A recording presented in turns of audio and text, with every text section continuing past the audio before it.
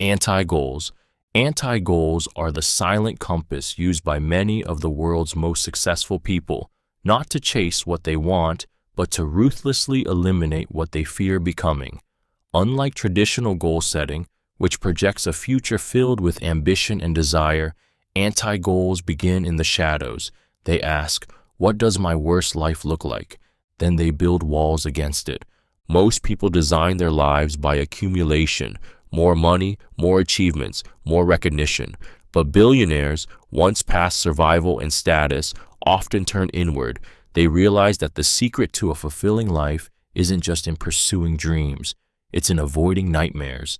Anti-goals are a defense mechanism against invisible traps, burnout, regret, mediocrity dressed as success. Imagine the crushing emptiness of being rich but never seeing your children, or the dread of waking every morning with calendar anxiety, chained to meetings you didn't want. These aren't accidents, they're design flaws, birthed by only focusing on goals and ignoring anti-goals. So the billionaire doesn't just ask, what do I want? They ask, what do I never want to feel again? Then they architect life around that. No endless email threads, no commuting stress, no partnerships that drain energy. This isn't pessimism, it's clarity. Designing your life by subtraction, not addition. You don't need a 10-year vision. You need to know what to say no to today. Because in the long run, a life free from what you hate is far more satisfying than chasing an image of what you think you love. True freedom isn't having it all. It's having none of what you despise. Vector alignment. Vector alignment is the hidden architecture behind unstoppable momentum. It's not about working harder. It's about ensuring that every action, thought, and initiative moves in the same direction. Imagine 10 people pushing a car. If each pushes in a different direction, the car doesn't move. But when every hand applies force toward the same point, even the impossible becomes effortless. This is the power of aligned vectors. In a world obsessed with productivity hacks and doing more, vector alignment asks a deeper question. Are you even moving the right way? You can be highly efficient at sprinting into walls. Teams can be filled with brilliant people chasing different agendas. Even within a single person, conflict between values, desires, and daily choices can sabotage progress. Billionaires intuitively grasp this. They don't just build teams, they synchronize them. They don't just work hard. They ensure their personal values, time, investments, and relationships all converge toward a singular magnetic direction. This convergence creates exponential motion. Misaligned efforts, no matter how talented or well-funded, only generate friction. The cost of misalignment isn't just stagnation, it's burnout, resentment, mediocrity. It's the slow, silent bleed of momentum. That's why billionaires ruthlessly audit everything. Does this hire, this strategy, this habit strengthen or scatter my momentum? Vector alignment is about directional purity. When everything in your system, the people, the processes, the goals, points in harmony, you don't just grow, you accelerate effortlessly. You gain force the world can feel. Alignment doesn't just create success, it makes it inevitable. Decision hygiene. Decision hygiene is the invisible discipline behind consistently powerful choices. It's the mental equivalent of sterilizing a surgical table, removing emotional residue, bias, noise, and haste before a single move is made. Most people make decisions like they brush their teeth, on autopilot, clouded by fatigue, stress, or ego. But billionaires, they treat big decisions like delicate surgeries. No blood on the gloves, no dirt in the incision, pure process. In a world addicted to speed, decision hygiene forces slowness. It interrupts impulse. It says, wait, what's influencing me right now? Am I hungry, angry, afraid, tired? Is this logic or ego? Without this pause, decisions become infected by unseen forces, past trauma, sunk costs, peer pressure, and just like a contaminated wound, these decisions rot from the inside out. The richest and most powerful people don't necessarily make faster decisions. They make cleaner ones.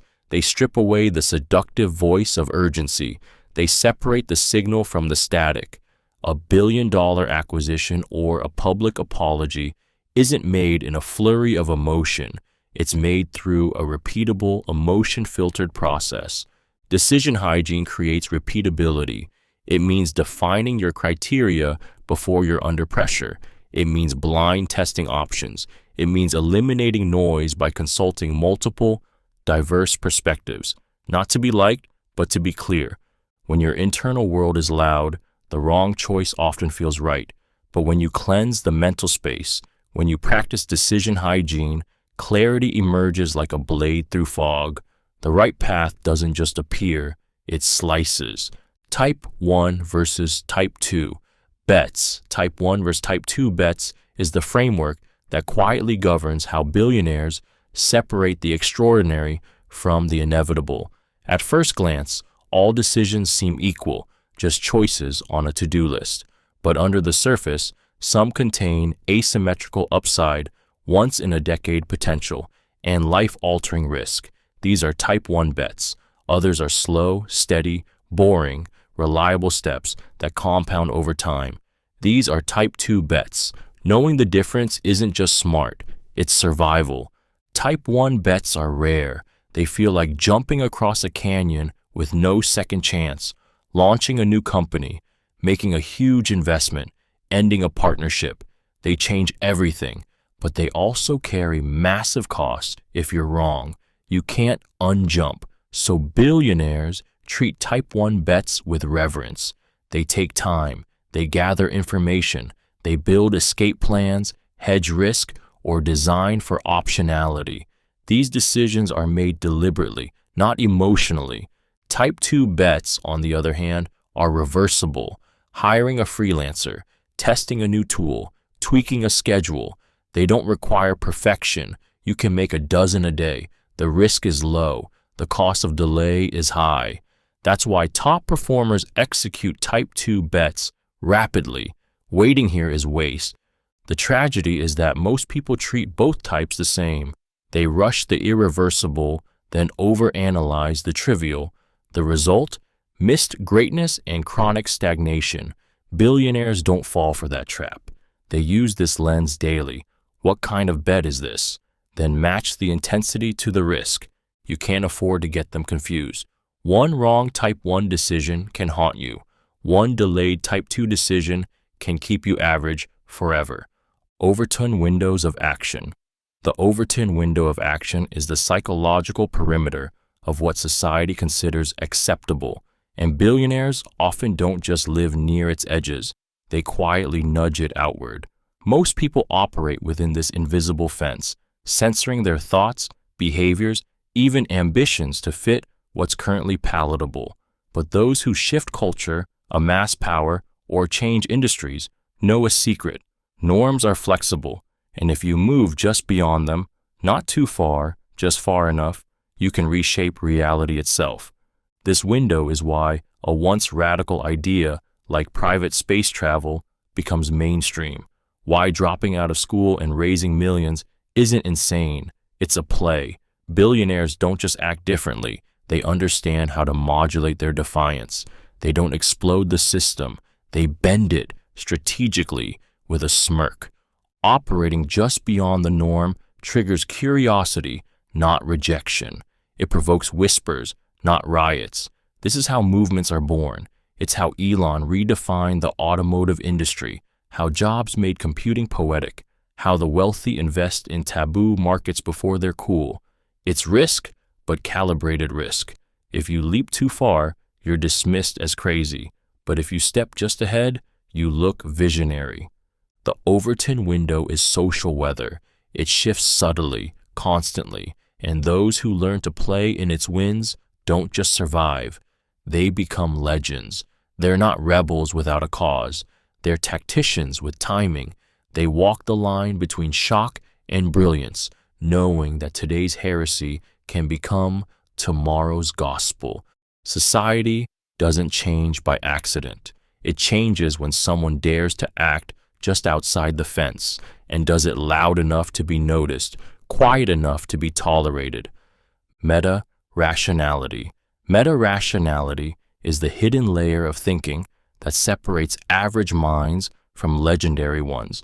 It's not just about what you believe, it's about why you believe it, and how you even came to think in that way in the first place. It's the moment you step outside your own skull and ask, what lens am I wearing right now? Who handed it to me? Is it even clean? Most people argue at the surface level, facts, opinions, logic, but billionaires and master thinkers know the real power lies underneath, in the operating system of the mind itself. They don't just debate the decision, they audit the architecture that built it. That's meta-rationality, understanding the engine behind your reasoning before you trust the map it printed.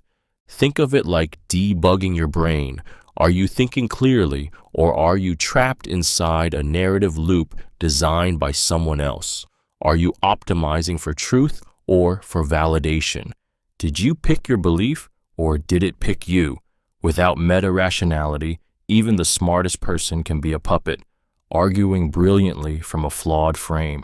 This is why billionaires often sound strange in conversation. They question the question. They hesitate to argue the surface until they're sure the foundation isn't rigged. They know a brilliant strategy built on broken logic is just failure in a tuxedo. Meta-rationality is humility disguised as intelligence. It forces you to kill your own ideas before the world has to. It's the kind of thinking that feels uncomfortable because it peels back the illusion that you're always right. But inside that discomfort, freedom, clarity, power. Cumulative irrelevance filter. The cumulative irrelevance filter is the silent firewall separating billionaires from the chaos that consumes everyone else. It's not a to-do list trick or a time management hack. It's a deeply internal compass that screens out the noise that feels urgent but means nothing. It's the art of ignoring relentlessly and without guilt. Most people lose their edge not through catastrophe, but through a slow, grinding death by distraction. Emails that don't matter, texts that demand a reply, meetings that steal your morning. These aren't interruptions, they're termites, quietly hollowing out the structure of your day. Over time, they rob you of deep focus, strategic clarity, and emotional bandwidth. But they're sneaky because each one feels small, harmless. Just a few minutes, just this once.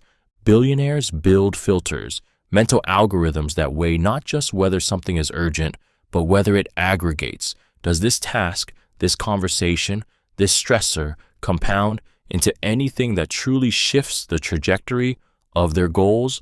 If not, it's discarded, not postponed, not managed, deleted. This filter becomes armor. It protects the core from the trivial. It's why some of the wealthiest people appear cold or disconnected. They aren't. They're just immune to the death by 1,000 pings that enslaves others, because they understand that the brain isn't just a tool, it's a limited resource, and protecting its clarity is the ultimate competitive advantage. When you let the small in, you kill the big.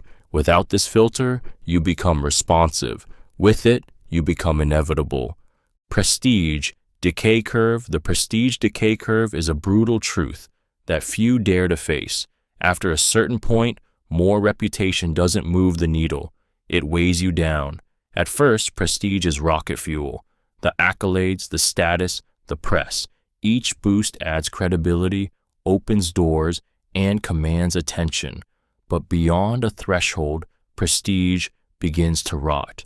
It stops being leverage and starts being liability. Most people chase status endlessly, unaware that its value follows a curve. Early prestige compounds. Your first feature in Forbes, your first TED Talk, your first high-status hire. But as you rise, the returns shrink. Every added layer of clout makes you more cautious. You stop experimenting, you avoid risk, you curate instead of create, because now you have something to lose. Billionaires know this decay instinctively. They learn that reputation is a tool, not a throne. Once it serves its purpose, credibility, access, trust, it must be decoupled from identity. Clinging to prestige past its utility makes you slow, predictable, and eventually irrelevant. The prestige decay curve also shows up in perception. The world stops reacting to your name the way it used to. The applause dims. What once shocked and awed becomes expected. And if you're still addicted to validation, this silence becomes terrifying. That's when reputation becomes prison. True freedom lives on the far side of prestige, where you're no longer enslaved by needing to protect it, where your next move isn't shaped by your last win, where you can build, destroy, pivot, and experiment without fear of the spotlight flickering out. Because real power isn't in being seen, it's in being untouchable by whether or not you are. Negative visualization, Stoic reversal. Negative visualization, also known as Stoic reversal, is the brutal mental art of imagining everything you love gone. It's not self-pity, it's not pessimism, it's weaponized perspective. This ancient Stoic practice forces you to stare directly into the void, your health failing, your relationships dissolving, your freedom stripped away. And in that darkness, something primal awakens, a fierce clarity, a hunger, a presence most people will never taste. While the world chants affirmations and visualizes mansions, billionaires sometimes do the opposite. They close their eyes and picture their children dying, their business collapsing, waking up tomorrow with no memory, no power, no voice, not to suffer, but to feel, because in the presence of that imagined loss, what remains becomes sacred. The coffee in your hand becomes divine. The sound of your partner breathing beside you becomes proof of fortune. The meeting you were dreading becomes a privilege. This framework injects urgency into your blood. It burns away entitlement. It kills the lie of permanence. And it wakes you up to the terrifying beauty of now. The Stoics weren't masochists. They were masters of mental contrast. By contemplating the worst, they amplified the best. Not in theory, but in their bones. Billionaires don't live in fear. They visit it. They tour the graveyard of possible futures so they can return with fire. They don't need gratitude journals. They rehearse loss until gratitude is no longer an idea, but a reflex. And in doing so, they become immune to apathy, untouchable by comparison, alive, not just existing. Default aggression. Default aggression is the mental posture of those who refuse to wait for permission. It's not about recklessness or hostility. It's about movement, a bias toward motion, a worldview where inaction is the anomaly, not the norm. Most people live in default passivity, constantly seeking green lights, consensus, or guarantees. Billionaires? They move unless given a real reason not to. The burden of proof lies on hesitation, not action. This mindset turns the conventional risk equation upside down. Instead of asking, "What if I fail?" it asks, "What if I wait and someone faster wins?" Default aggression means launching the product before it's perfect, making the ask before you feel ready, calling the investor, shipping the idea, starting the business, not because it's safe, but because waiting is often more dangerous. We're conditioned to believe that restraint is wisdom, but in a world that rewards speed, attention, and first moves, passivity becomes a form of self-sabotage. The window closes while you're still analyzing. The opportunity dies while you're still gathering data.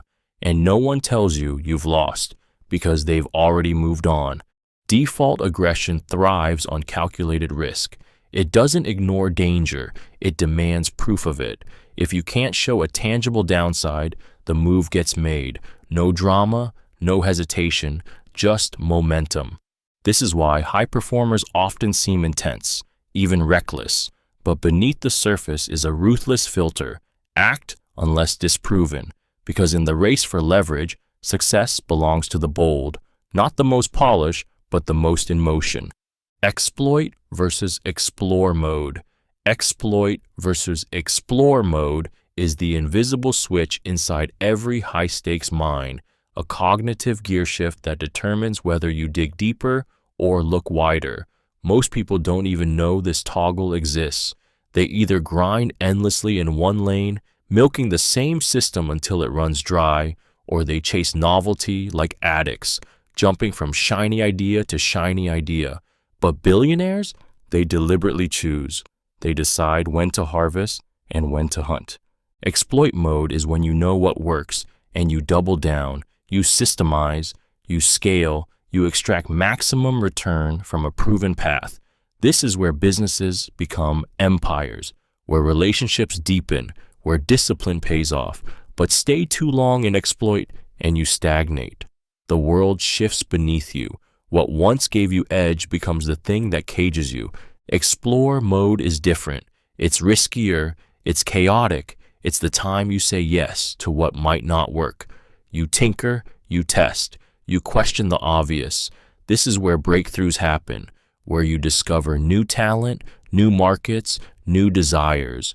But it's also where people drown in uncertainty unless they know why they're there. The smartest people, those who build generational wealth, cultural power, and mental clarity, don't get trapped in one mode. They flow. They sense when to squeeze, when to wander, when to pivot. It's not balance, it's timing. The tragedy isn't choosing the wrong path.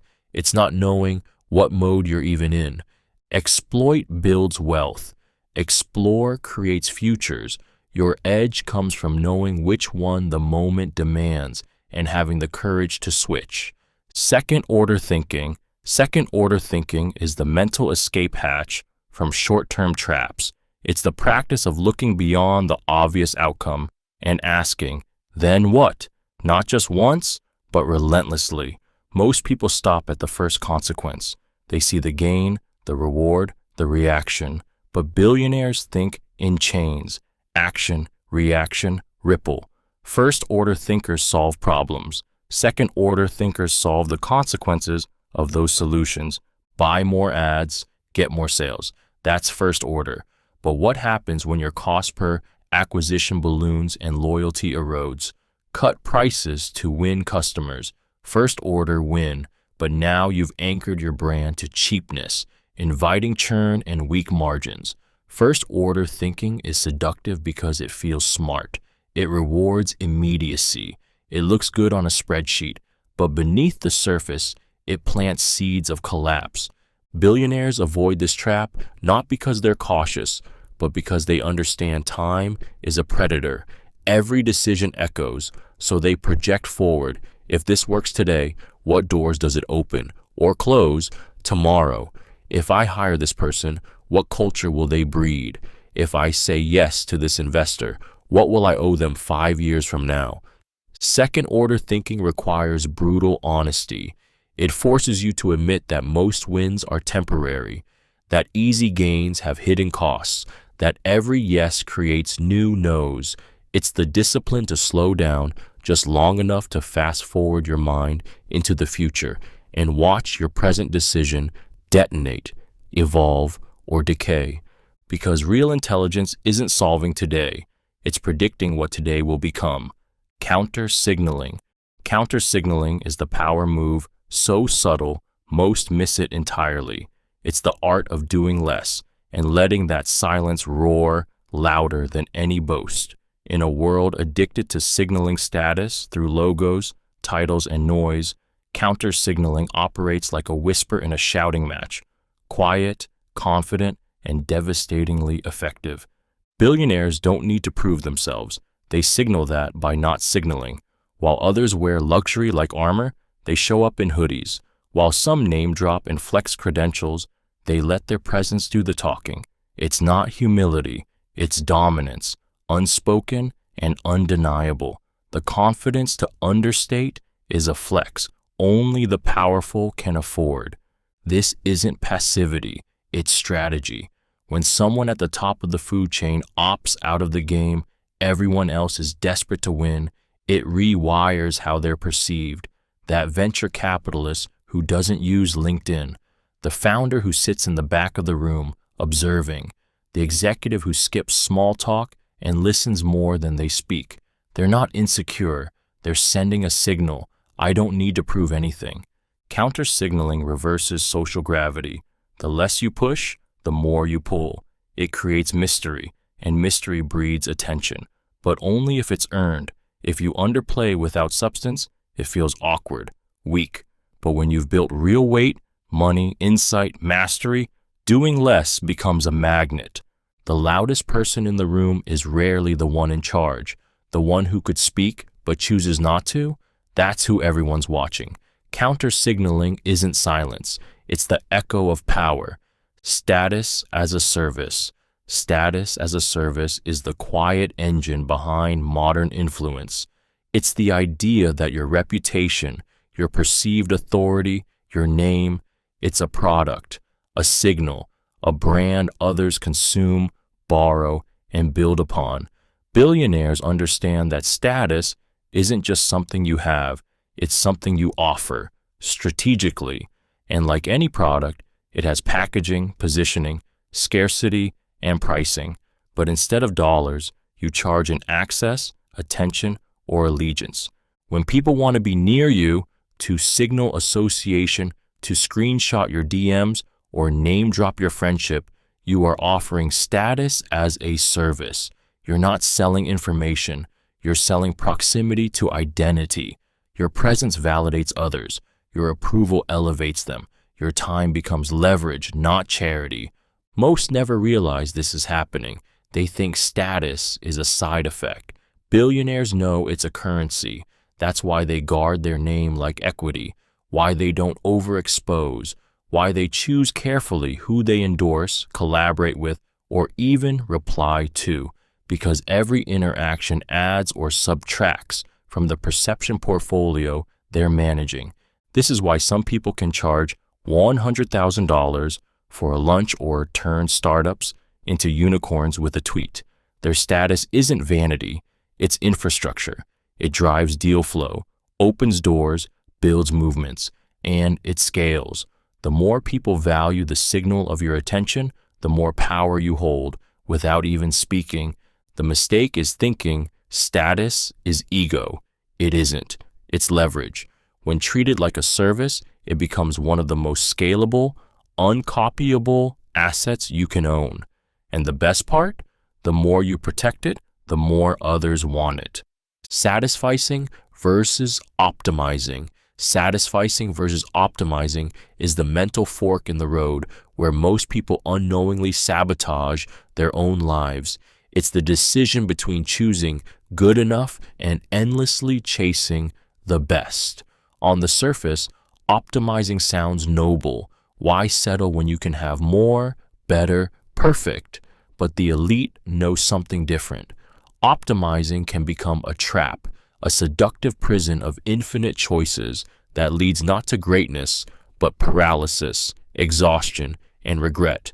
Satisficing is choosing what meets the need, not what dazzles, not what ranks #1 on a spreadsheet, but what gets the job done so you can move. It's efficient, it's freeing, it's powerful. Billionaires don't optimize every decision. They prioritize the few that matter.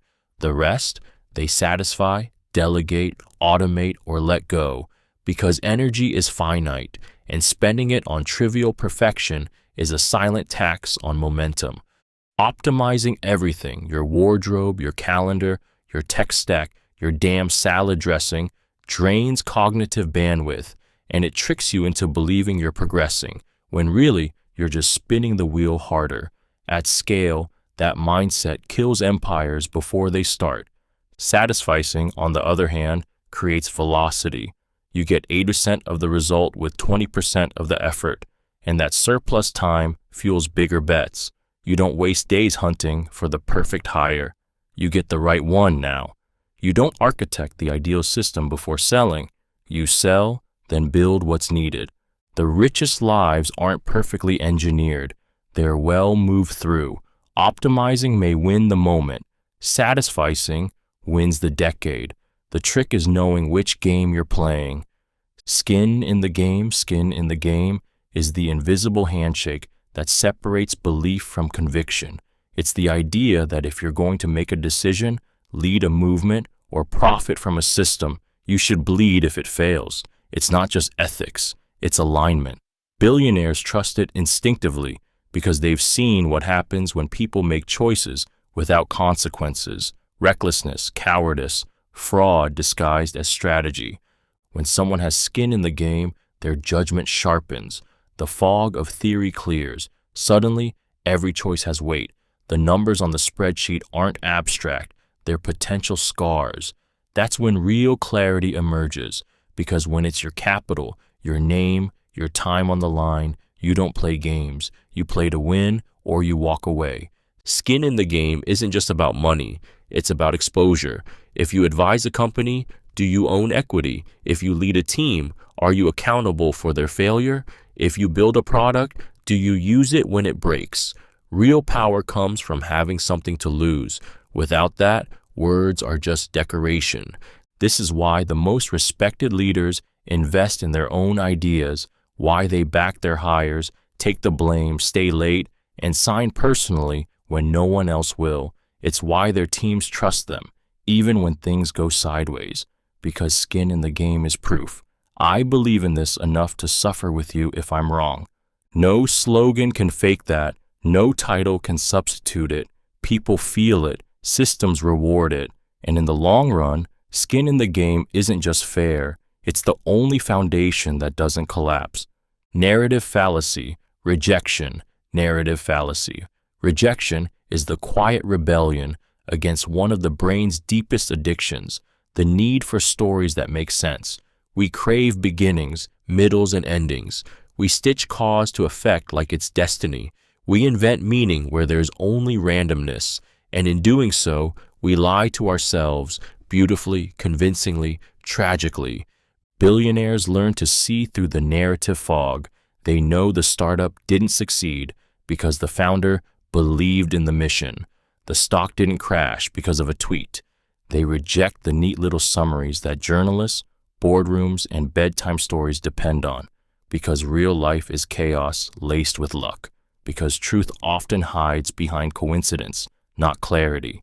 This isn't cynicism, it's power. When you stop believing in tidy explanations, you start seeing the raw mechanics, incentives, systems, timing, bias, randomness. You stop chasing patterns that don't exist. You stop blaming yourself for outcomes you never controlled. You stop giving credit where it was never earned. Most people use narrative to feel safe, to soothe uncertainty, but billionaires use data. They interrogate stories. They ask, what else could have caused this? What am I not seeing? They zoom out until the emotions fade and the machinery is exposed. Rejecting narrative fallacy doesn't mean abandoning meaning. It means divorcing from illusion. It means seeing success as a series of bets, not a perfect plan. It means accepting that sometimes the bad guy wins, the good idea fails, and the best-laid strategy crashes, because the world doesn't owe you coherence. It just moves, relentlessly, indifferently, and, if you're clear-eyed enough, you move with it. Hidden costs of conviction. The hidden cost of conviction is the quiet tax you pay for being too sure. On the surface, conviction looks like strength, unyielding belief, boldness, clarity. It's the stuff of heroes and billionaires, right? But beneath that shine, there's danger, because when conviction calcifies into identity, it stops being insight and starts being ego in a costume. You're no longer defending an idea. You're defending yourself. Conviction feels good. It gives you certainty in chaos. It silences doubt. But the stronger it becomes, the harder it is to hear new truth. Billionaires learn this the hard way. They realize that being right can blind you to being wrong enough, that the more loudly you repeat a belief, the more invested you become in not losing face, even if the world changes around you. This is how empires crumble, not through bad ideas, but through leaders too proud to pivot, founders who can't kill their darlings, investors who ride a thesis into the ground. The conviction wasn't the problem. It was the refusal to reprice it in real time. True intelligence isn't raw belief. It's the ability to update, to say, I used to think this. Now I don't. That takes more courage than doubling down. Because the deeper truth is, conviction often becomes a mirror. You stop seeing reality. You only see a reflection of your pride. And in a world that rewards adaptability, the cost of clinging too tightly is silent, slow, and fatal. Not in public, in the missed opportunity, the wasted time, the blind spot that everyone saw, except you. Tendency toward default rationalization. The tendency toward default rationalization is the brain's silent self-protection mechanism, one that rewrites the past to make our choices seem logical, even when they weren't. It's not deception, it's a survival instinct. After a decision is made, whether driven by impulse, ego, fear, or emotion, the mind scrambles to retrofit logic around it. Suddenly, your gut move becomes a strategic pivot. Your emotional reaction becomes tough leadership. You tell yourself you chose this path for rational reasons, when in truth, you're just explaining it away. Billionaires don't avoid this trap by being smarter. They avoid it by being more self-aware. They know that the most dangerous lies aren't told to others. They're told to ourselves, in the quiet spaces where no one can challenge them. Rationalization feels good. It smooths over discomfort. It lets us preserve the image of being deliberate, in control. But underneath that comfort is rot, false clarity that leads to repeated mistakes. This bias shows up everywhere. You buy something impulsively, then declare it an investment. You hire based on chemistry, then justify it with skill sets. You stay in a broken relationship, convincing yourself it's for the kids. The reasoning comes after the decision, and your brain sells it to you like truth. Billionaires develop mental alarms. They pause and ask, did I truly think this through? Or am I narrating the move after the fact? They build decision records so they can't rewrite history. They welcome discomfort because it keeps them honest. Rationalization is comfort. Awareness is freedom. And the difference is everything. Network propinquity effect.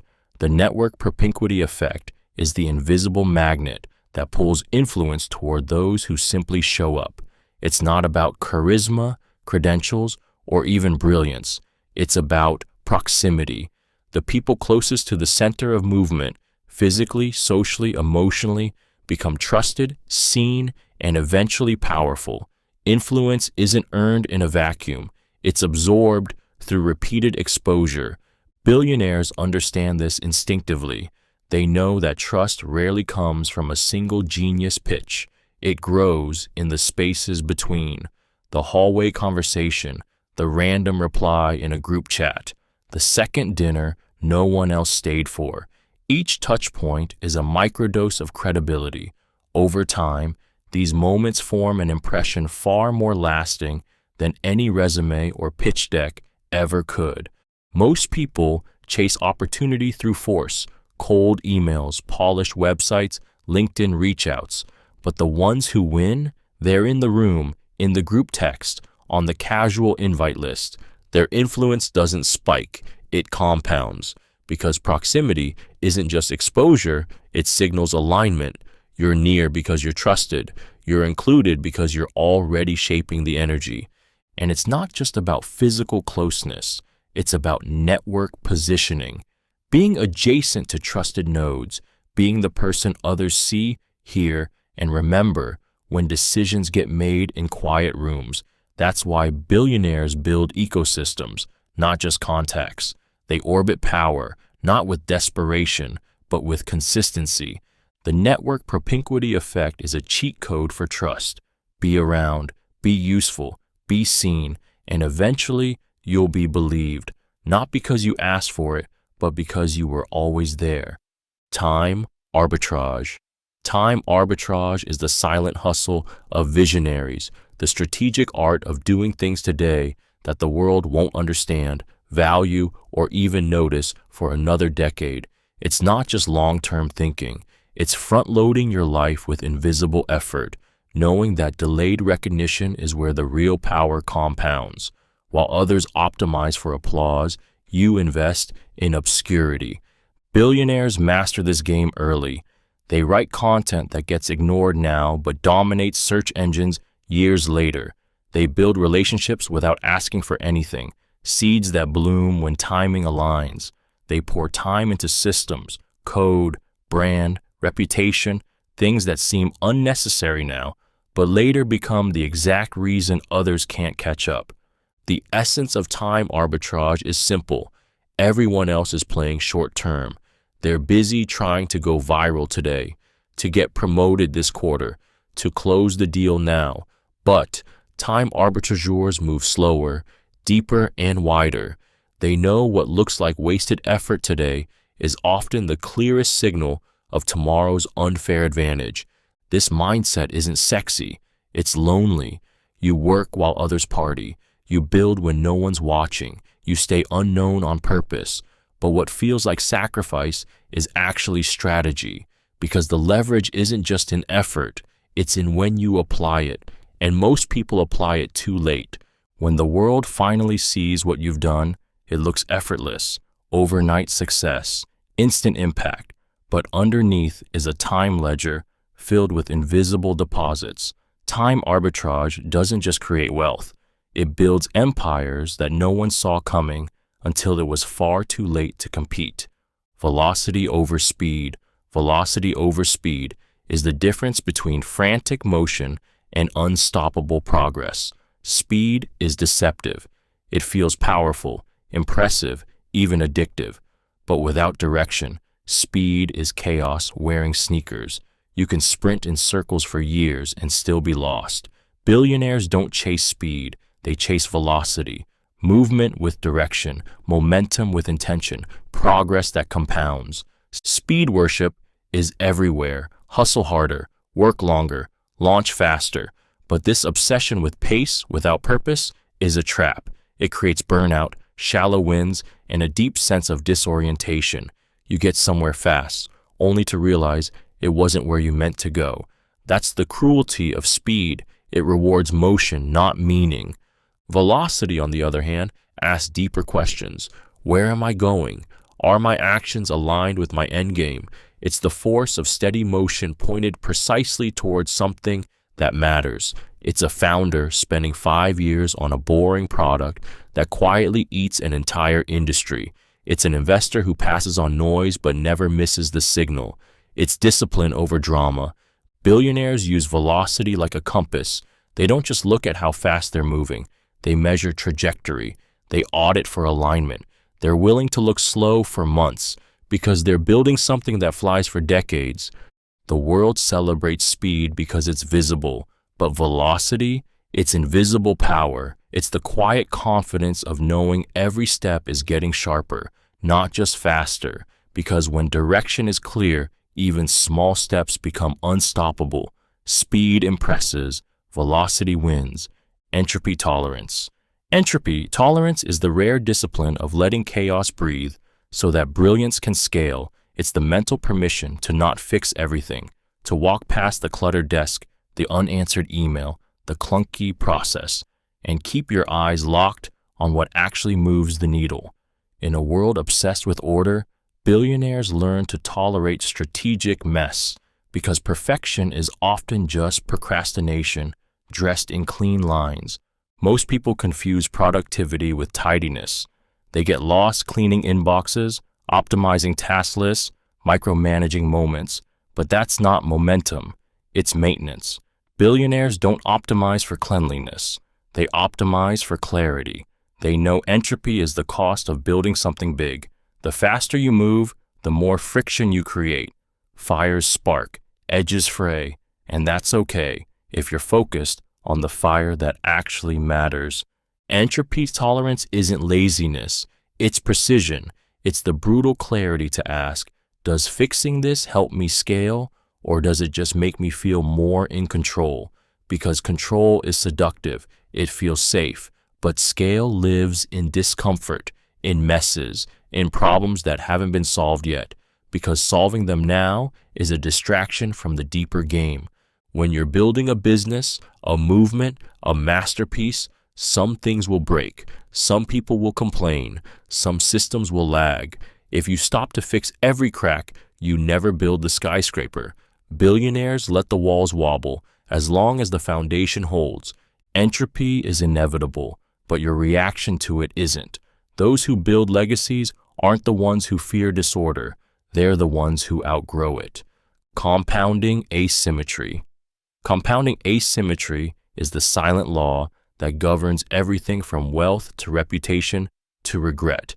It's the realization that small, repeated actions, good or bad, don't just add up, they explode. 1% better every day doesn't become 365% better. It becomes 37x better. That's the asymmetric truth most people ignore. The gains feel invisible at first, then undeniable forever. Billionaires don't just invest in compounding money, they invest in compounding motion, habits, judgment, relationships, reputation. These are the hidden flywheels that start small but spin into something uncatchable. They know that the real edge isn't a massive leap. It's the slight edge applied with ruthless consistency. But the knife cuts both ways. Neglect compounds too. 5 minutes of distraction a day doesn't just waste time. It fractures focus. A missed workout doesn't just weaken the body, it breaks identity. Tiny losses repeated become landslides. This is the asymmetry. Positive habits grow slow and loud. Negative ones grow quiet and fast. Most people crave big wins. Billionaires crave small wins, done daily. They track the unsexy. They celebrate the boring. They understand that today's gain may look like nothing, but 5 years from now, it will look like everything. Compounding doesn't ask for genius.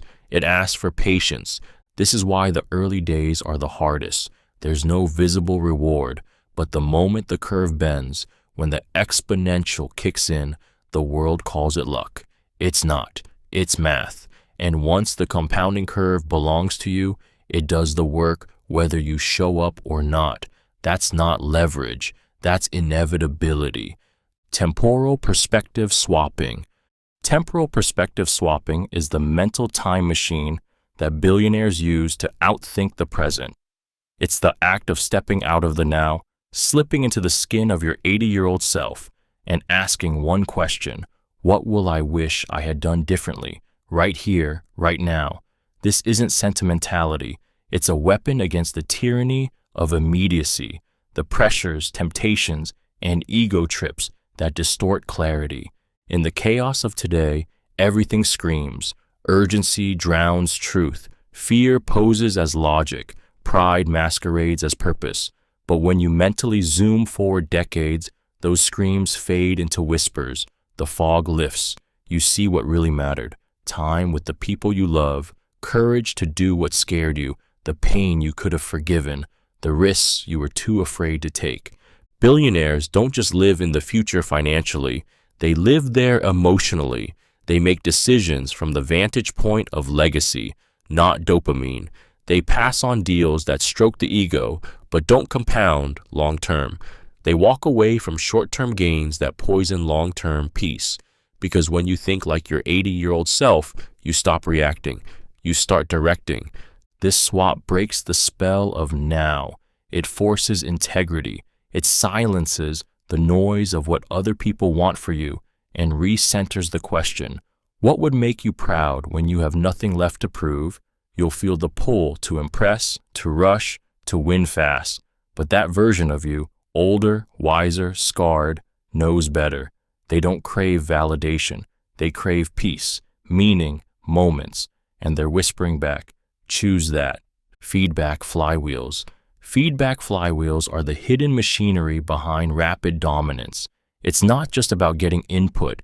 It's about getting it fast, using it immediately, and spinning that loop so quickly that others simply can't keep up. Most people treat feedback like a performance review, occasional, delayed, and filtered. Billionaires treat it like oxygen, constant, raw, real-time. The faster they can absorb truth, the faster they can outmaneuver everyone else. A feedback flywheel turns motion into momentum. You test an idea, get a signal, adjust, and repeat. Not once a quarter, not after it's polished, but now, again, again, again. and every spin makes the machine sharper, faster, smarter. Your product improves, your message tightens, your intuition gets scary accurate. You stop guessing and start evolving. This is why early-stage startups win against giants, not because they have better talent, but because their feedback flywheel spins without friction. No bureaucracy, no egos, just input, action, iteration. In contrast, big companies drown in delay, meetings, politics, pride. By the time they respond, the game has changed. Billionaires build systems that invite brutal feedback, not praise. They reward honesty, not politeness. They test their ideas in the wild, not in theory, because they know that feedback delayed is opportunity denied. The world's best don't fear being wrong. They fear not knowing they're wrong soon enough. A fast feedback loop doesn't just make you better, it makes you inevitable, because when you learn in days what others learn in months, your trajectory doesn't improve linearly, it bends, and then it breaks everything in its path. Temporal Arbitrage. Temporal arbitrage is the quiet superpower of those who bend time in their favor, trading today's discomfort, discipline, or obscurity for an outrageous return in the future. It's not deferred gratification in theory, it's chosen struggle, designed suffering, intentional sacrifice. While most seek to minimize pain in the short term, billionaires often walk straight into it, not because they enjoy the burn, but because they know what it buys them. In a culture addicted to ease, comfort is overpriced and impact is underpriced. Most people want the results, but not the price. They want freedom without structure, fame without solitude, wealth without patience. But temporal arbitrage flips that equation. It asks, what pain can I embrace now that others are too soft or distracted to endure? Because the delta between what's hard today and what's valuable tomorrow is where the real leverage lives. This is how fortunes are built in silence. Early mornings no one sees, skills honed while others scroll, reputation guarded while others chase attention. The payoff doesn't show up tomorrow. It arrives when the gap is widest, when everyone else is panicking or playing catch-up, and you've already paid the price. The billionaires who seem untouchable, they front-loaded the pain. They took the long road while others sprinted in circles. They were underpaid for years, so they could be overpaid forever. Temporal arbitrage isn't glamorous, but it's unbeatable, because time eventually exposes the truth. The people who look lucky were just willing to suffer before it was popular. Process over outcome thinking. Process over outcome thinking is the quiet religion of those who play long games and win them. It's the mindset shift from obsessing over results to obsessing over systems. Most people are addicted to the scoreboard, likes, revenue, praise, wins. But billionaires, they study the playbook. They know that outcomes are just snapshots, flickers of a deeper engine, and if that engine's broken, the wins are illusions waiting to collapse. When you fixate on outcomes, your mood swings with every external result. One bad day can derail a good plan. One lucky break can mask a terrible system. It's emotional whiplash, not leadership. But when you commit to process, something changes. You stop chasing highs. You start building rhythm. Billionaires don't just ask, what happened? They ask, why did it happen?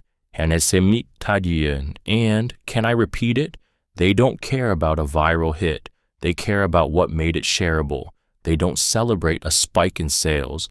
They interrogate the system that caused it, because one-off success means nothing without a repeatable engine behind it. Process thinking is brutal because it removes excuses. It makes you look at habits, environment, consistency.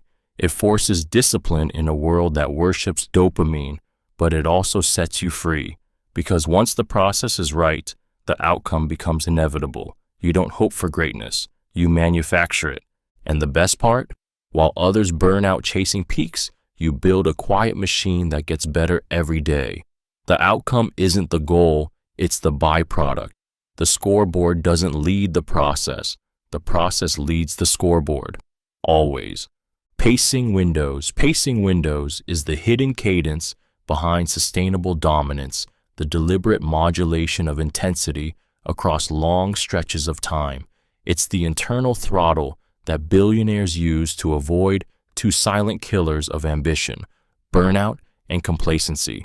While most people either sprint until they collapse or coast until they fade, the elite pace. They understand that greatness isn't built in a straight line. It's composed like music, bursts, rests, crescendos. Most burnouts don't come from doing too much, but from doing too much for too long without rhythm. When every day demands max output, your edge dulls, your clarity cracks. You start resenting the very dream you once begged for. On the flip side, complacency grows in stillness. When you stay too comfortable, too long, and your muscles for chaos atrophy. Billionaires know their seasons. They have launch seasons where sleep is a luxury and stakes are existential, but they also schedule decompression windows not as reward, but as strategy, because they've seen what happens when fire isn't managed. It consumes everything, including them. Pacing windows isn't laziness, it's load management. It's the realization that your body, mind, and creativity are finite, even when your ambition isn't. You pull back not to slow down, but to last longer. You press forward not because it's time to hustle, but because the window has opened and you're ready to burn again. Most people treat time like an enemy to outrun, but those who pace win by aligning with it, mastering the tempo of effort until time becomes their co-founder, not their executioner. Calendar compression is the art of collapsing decades into days, not by moving faster, but by removing everything that slows you down. It's the mindset that asks, what if I didn't have 10 years? What if I had 2? And then builds a system that delivers the same impact in a fraction of the time. Billionaires don't win by waiting. They win by compressing, by eliminating waste disguised as tradition, politeness, or process. Most people treat time like a slow-burning candle, steady, reliable, passive. But top performers treat it like explosive fuel. They understand that time is not neutral. It compounds or decays depending on how you use it. So instead of stretching projects to fit quarters or careers to fit decades, they ask, what would this look like if I had to do it right now? They remove the meetings. They bypass the gatekeepers. They ignore the perfect pitch and test the raw version. They don't spend 6 months preparing for a launch. They spend 6 hours launching and 6 months iterating. Every delay is questioned. Every necessary step is burned to the ground if it doesn't drive velocity. Calendar compression isn't hustle culture. It's not about working more hours. It's about killing everything that doesn't move the needle. It's about collapsing timelines through clarity and courage, saying no faster, making decisions with partial data, creating feedback loops so tight that progress feels like flight. Most people stretch a year into 10 through hesitation. Billionaires compress 10 into 1 by choosing urgency with precision. Time is the only asset you can't earn back, so they don't waste it trying to look busy. They collapse it into something unforgettable. One-way door versus two-way door. The one-way door versus two-way door framework is the decision-making lens that protects billion-dollar empires from hesitation and disaster alike. It separates the irreversible from the flexible, the choices you can't undo from the ones you can walk back through. And that distinction changes everything. Most people treat every decision like a one-way door. They freeze, overanalyze, obsess over being right. They act like one wrong move will ruin everything. But billionaires know the truth. Most decisions aren't permanent. They're two-way doors. If it doesn't work, you pivot. If you guess wrong, you learn. The risk is recoverable, so they move fast. But when a decision is a one-way door, when it locks behind you and changes the terrain forever, they treat it with surgical caution. Acquisitions, company culture shifts, who they trust with control. These are doors that, once entered, change the shape of the game. and those get time, counsel, contingency plans. The mistake most people make is treating every choice with equal weight. That leads to paralysis, missed shots, and wasted time. It's the fear of failure drowning in indecision. But the truly powerful ask a simple question before every move. Can I reverse this later? If yes, they act now. If no, they slow down, not out of fear, but out of precision. This framework isn't just about decision speed, it's about decision intelligence. It separates reaction from strategy, and it gives you the confidence to charge forward when others hesitate, because you know the door you're walking through doesn't have to be the last. Barbell Strategy. The barbell strategy is the mental portfolio that billionaires use to stay alive and explode upward at the same time. It's a life design built on extremes, ultra safe on one side, ultra risky on the other, and nothing in the fragile, mediocre middle. Most people live in that middle, half risking, half committing, dabbling in dreams while clinging to comfort. But the barbell says, split your world, anchor one end in certainty, load the other with moonshots, and leave the lukewarm to die. This framework is brutal in its clarity. On one end, the cash, the structure, the daily disciplines that keep you grounded. Your rent's paid, your foundation is stable, you're unshakable. On the other end, angel investments, risky ventures, wild bets with asymmetric upside. You might fail, but if you win, it rewrites your entire life. The middle, the predictable career path, the safe but slightly risky play, is where dreams go to drown in spreadsheets. Billionaires use the barbell everywhere. Financially, they put most of their money in low-risk holdings and a smaller slice into explosive, risky assets.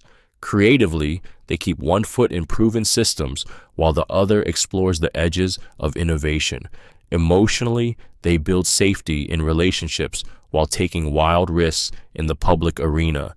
It's not recklessness, it's contained volatility. The genius of the barbell strategy is that it allows you to fail without ruin and succeed beyond comprehension. It immunizes you from slow, silent decay, because when you're betting big and protecting hard, you're either safe or you're legendary.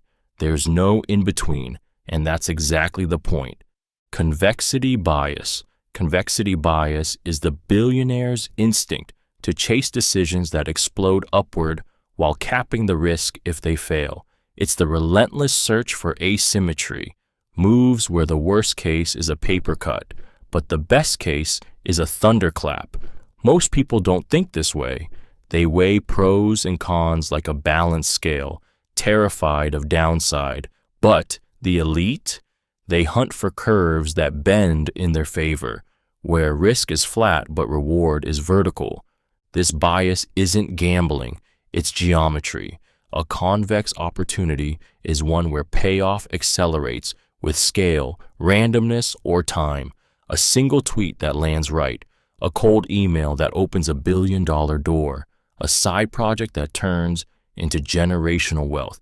None guaranteed, but all possible, with minimal cost if they flop.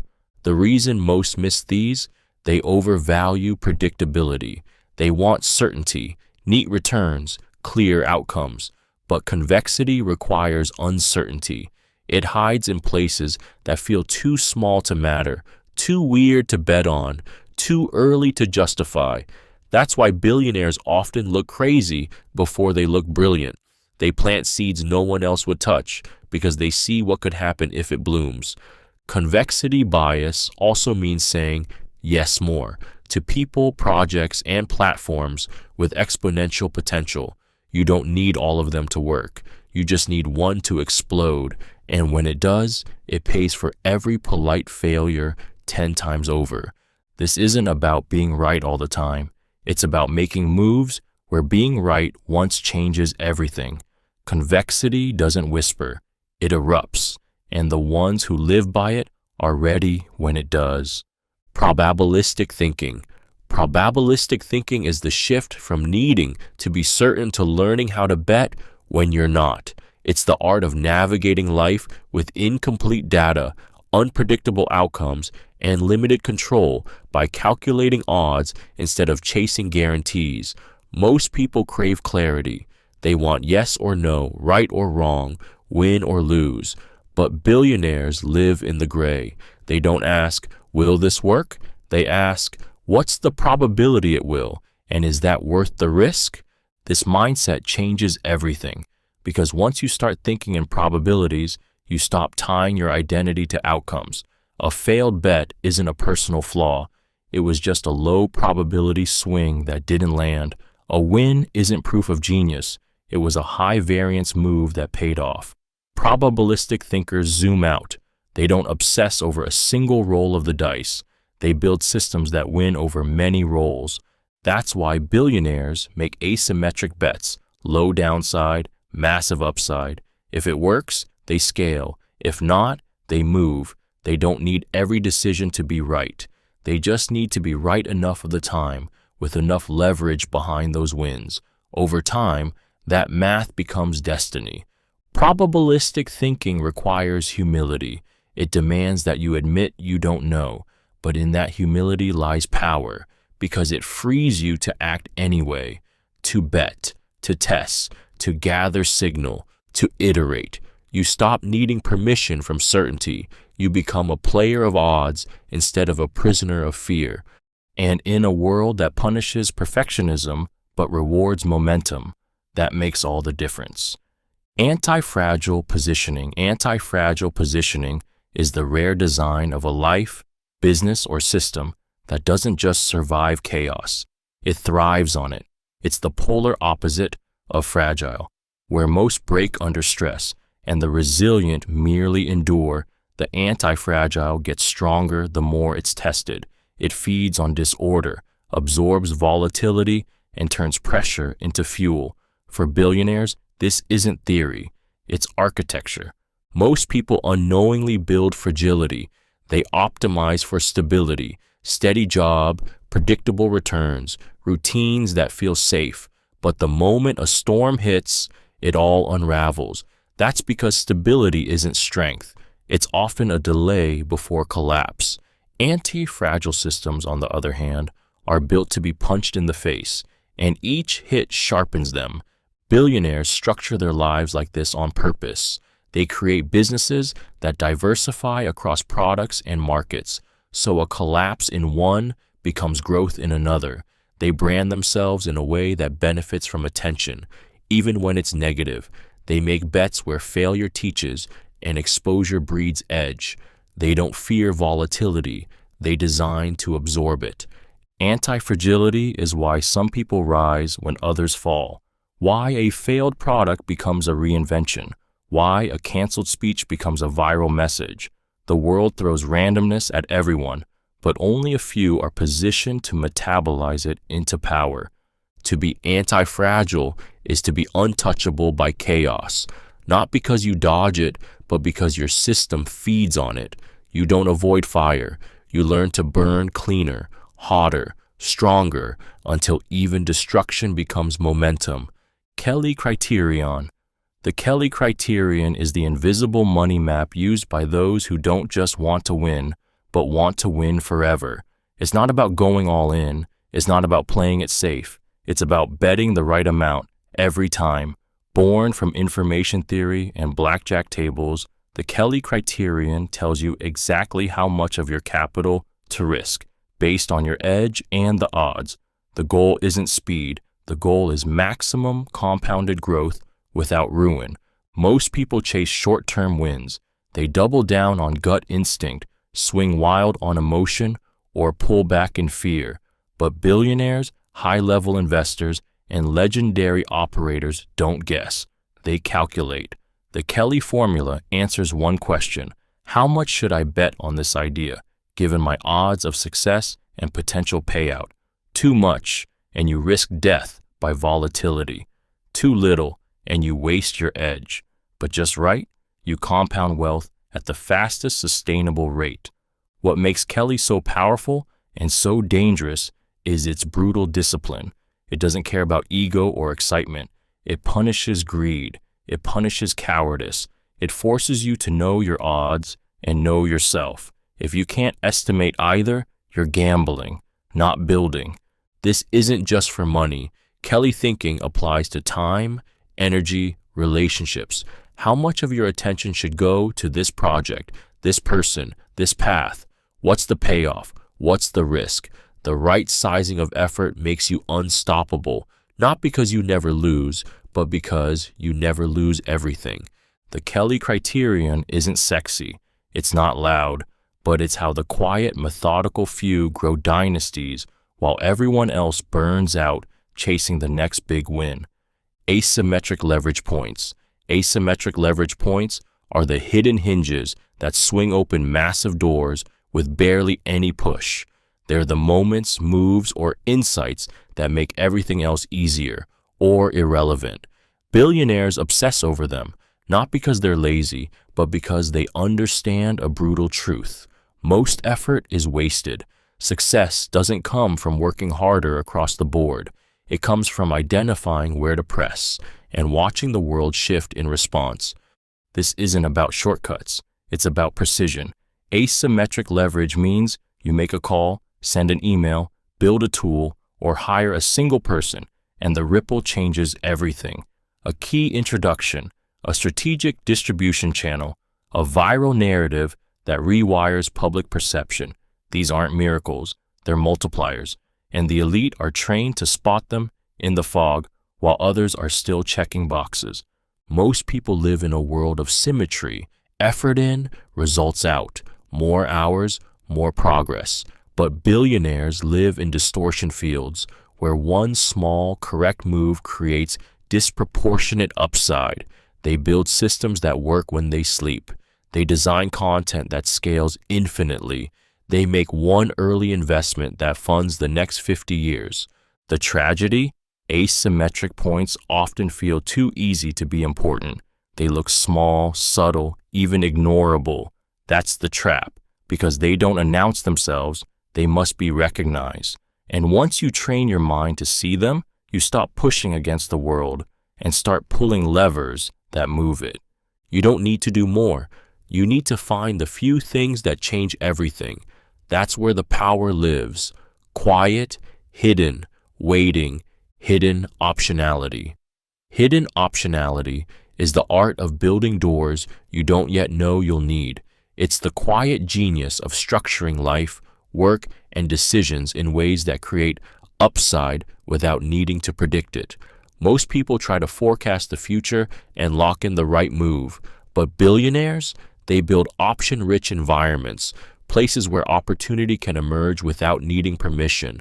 Optionality is the power to say yes later. It's the power to benefit from luck, randomness, or shifts in the game you couldn't see coming.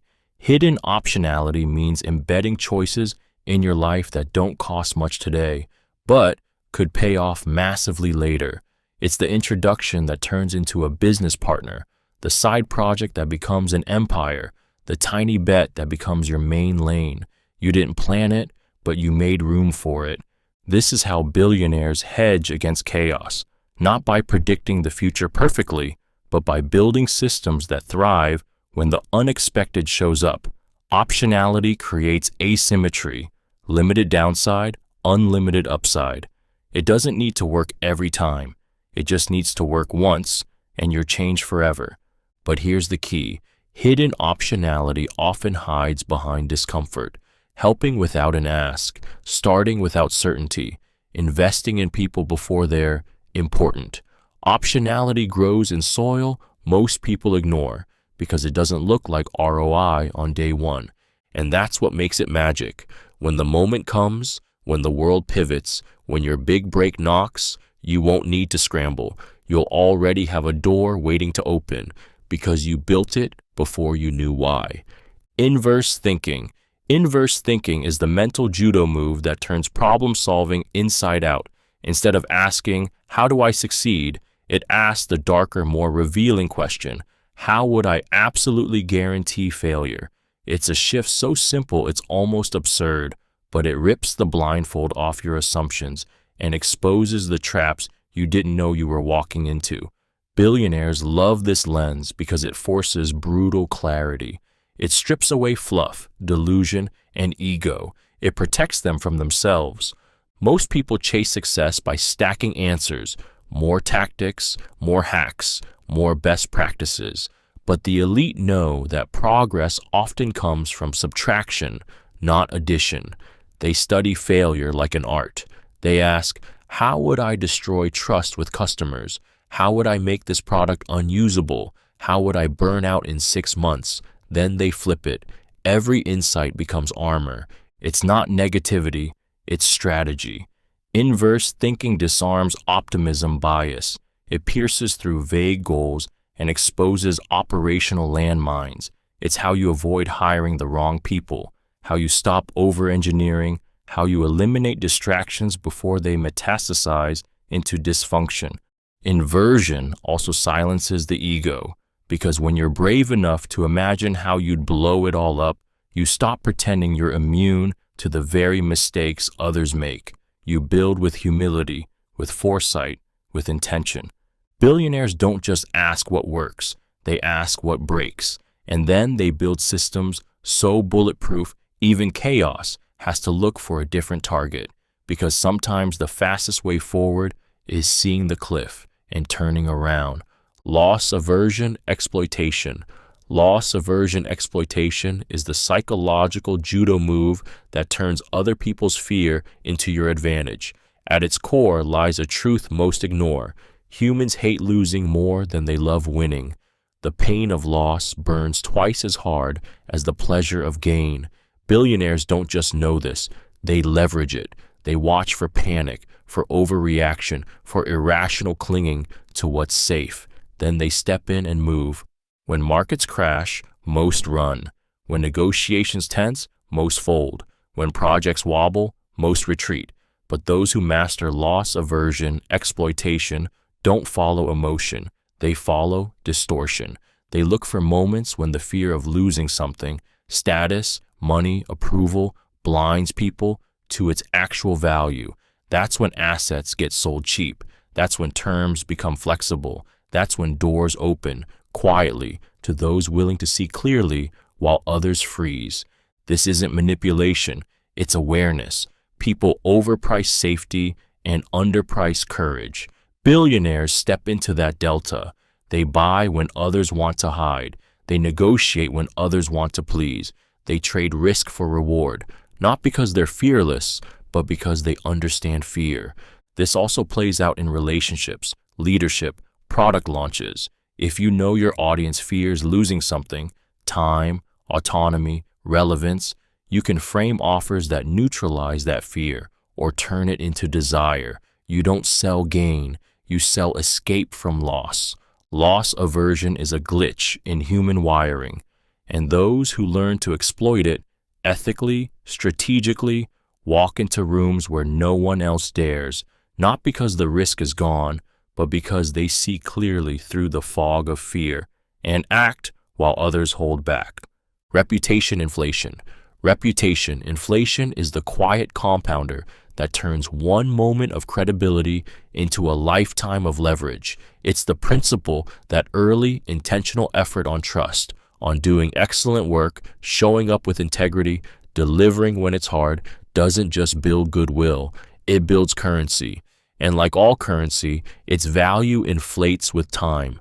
One moment of proof becomes 10 assumptions of competence. One act of integrity becomes the foundation for years of benefit of the doubt. Most people underestimate how reputations compound. They treat every interaction like a one-off. They're focused on performance, not perception. But billionaires, they play the long game. They obsess over the first impression because they know it echoes through boardrooms, referrals, capital meetings, and back-channel conversations they'll never hear. A pristine reputation becomes a force multiplier. Doors open faster. Critics hesitate. Investors lean in before you even pitch. Reputation doesn't stay static. It inflates. And the earlier you build it, the more unfair the advantage becomes. When others are scrambling to prove themselves, your name already whispers trust. You don't have to shout. You don't even have to explain. Your past does the talking for you. This is why some founders raise 10 million in a day and others struggle to raise 10K. Why certain people get second chances before others get first ones. Because trust, once earned and unbroken, compounds in silence. It's not just your image, it's your asset. And the smartest people treat it like gold, with patience, protection, and precision. Not for now, for forever. Attention as a scarce resource. Attention as a scarce resource is the brutal reframe that billionaires live by. Your focus isn't free, it's your most limited currency. Not money, not time. Attention. Where it flows, your life follows. And yet, most people treat it like a faucet left running, leaking into notifications, drama, distractions, and dopamine loops that leave them exhausted but unchanged. Billionaires don't just protect their attention, they invest it. They treat it like venture capital, placed strategically in high-leverage opportunities that can compound over time. Every meeting, every book, every problem they touch is filtered through one question. Is this worth the mental capital it's about to cost me? Because attention isn't just about what you're doing, it's what you're not doing while you do it. This shift rewires your reality. You stop being reactive. You stop chasing what's urgent. You become selective. You say no ruthlessly. You unfollow noise. You structure your day not around tasks, but around energy peaks. You give your best focus to what moves the needle, not what screams the loudest. And here's the catch. The world wants your attention. It profits off distraction.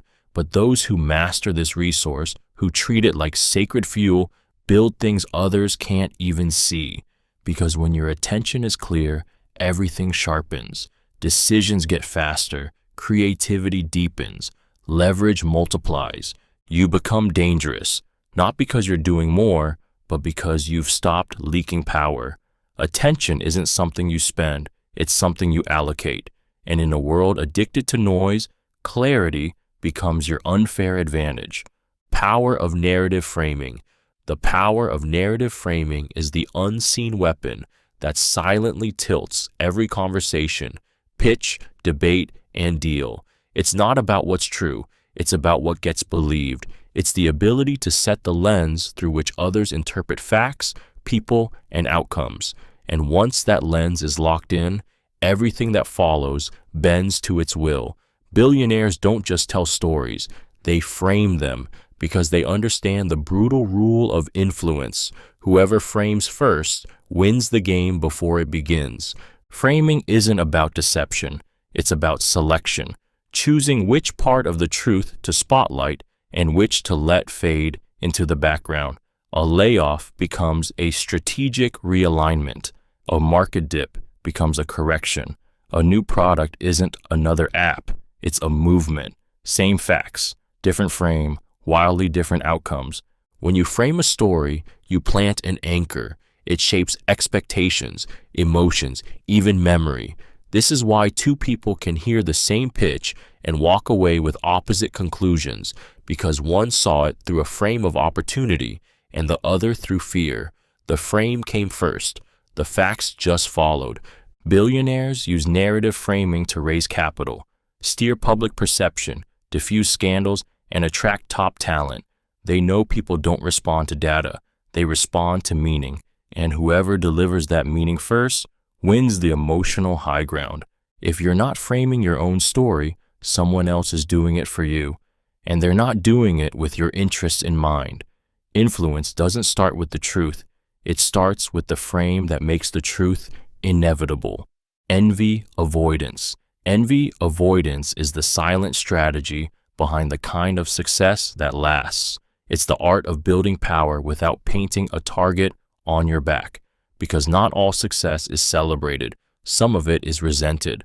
And while applause is loud, envy whispers. It spreads in boardrooms, back channels, and rooms you're not in. Billionaires know this. That's why many of them master the skill of staying powerful without provoking. We're wired to envy what feels unfair. Overnight wins, unchecked opulence, the person who doesn't deserve it. And when that envy grows, It doesn't just hurt feelings, it activates sabotage. The deal falls through, the team fractures, the brand turns toxic, not because you failed, but because others couldn't stomach your win. This is why some of the most powerful people in the world dress plainly, underplay their wins, and move quietly, not because they lack confidence, but because they understand the social physics of envy. They win without triggering defenses. They show their value through service, not status. They let others feel safe around their power. Envy avoidance isn't about dimming your light.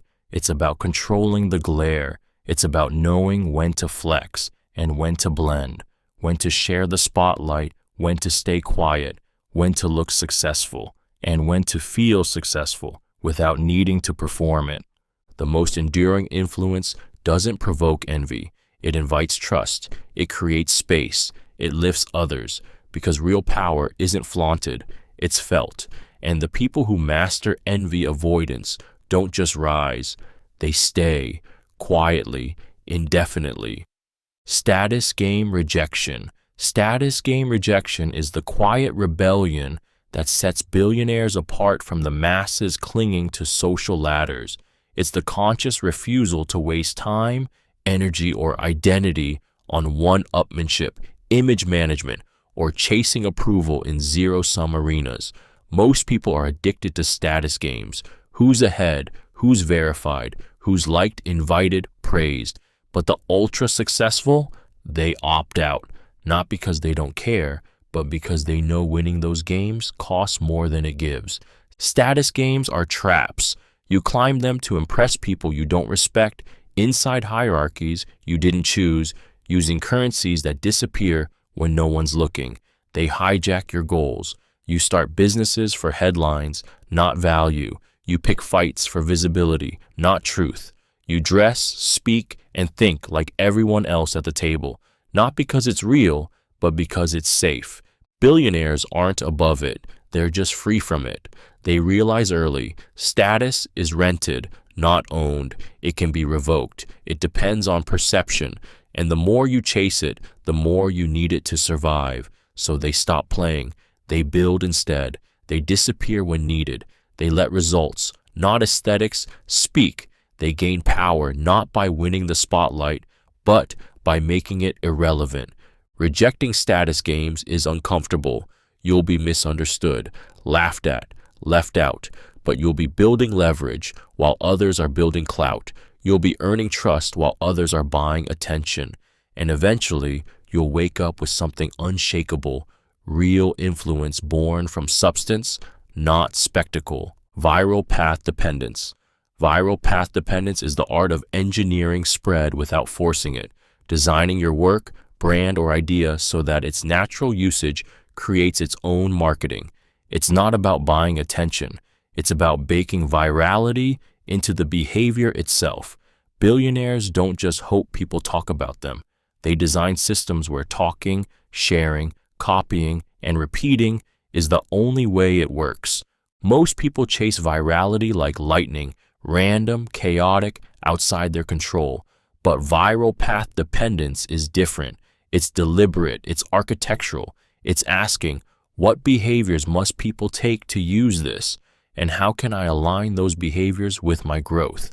Think of PayPal needing people to send money to each other, Dropbox offering storage boosts for referrals, Calendly making every meeting link an ad. These aren't features. They're growth engines disguised as product. This principle isn't limited to tech. Creators who watermark content, authors who title books to start conversations, founders who build products that thrive in communities, they're all designing viral paths. They're turning every user into a distribution node, not with effort, but with inevitability. And here's the magic. Once you align your work with human nature, status signaling, curiosity, reciprocity, it spreads on its own. Not explosively, but organically. Because the more it's used, the more it's seen. The more it's seen, the more it's used. A feedback loop is born. Viral path dependence isn't a growth hack. It's a growth habit. It's the difference between yelling and echoing, between chasing reach and designing something that can't help but reach others on its own. Signal saturation. Signal saturation is the silent decay of tactics that once worked like magic until everyone else started doing them too. It's the phenomenon where a once powerful move, phrase, or aesthetic gets copied into oblivion, diluted by mass adoption until it no longer signals excellence. It signals conformity. Billionaires see this coming before the crowd even notices, because in a world obsessed with trends, they know this law. The more visible a signal becomes, the less it means. What starts as genius eventually becomes wallpaper.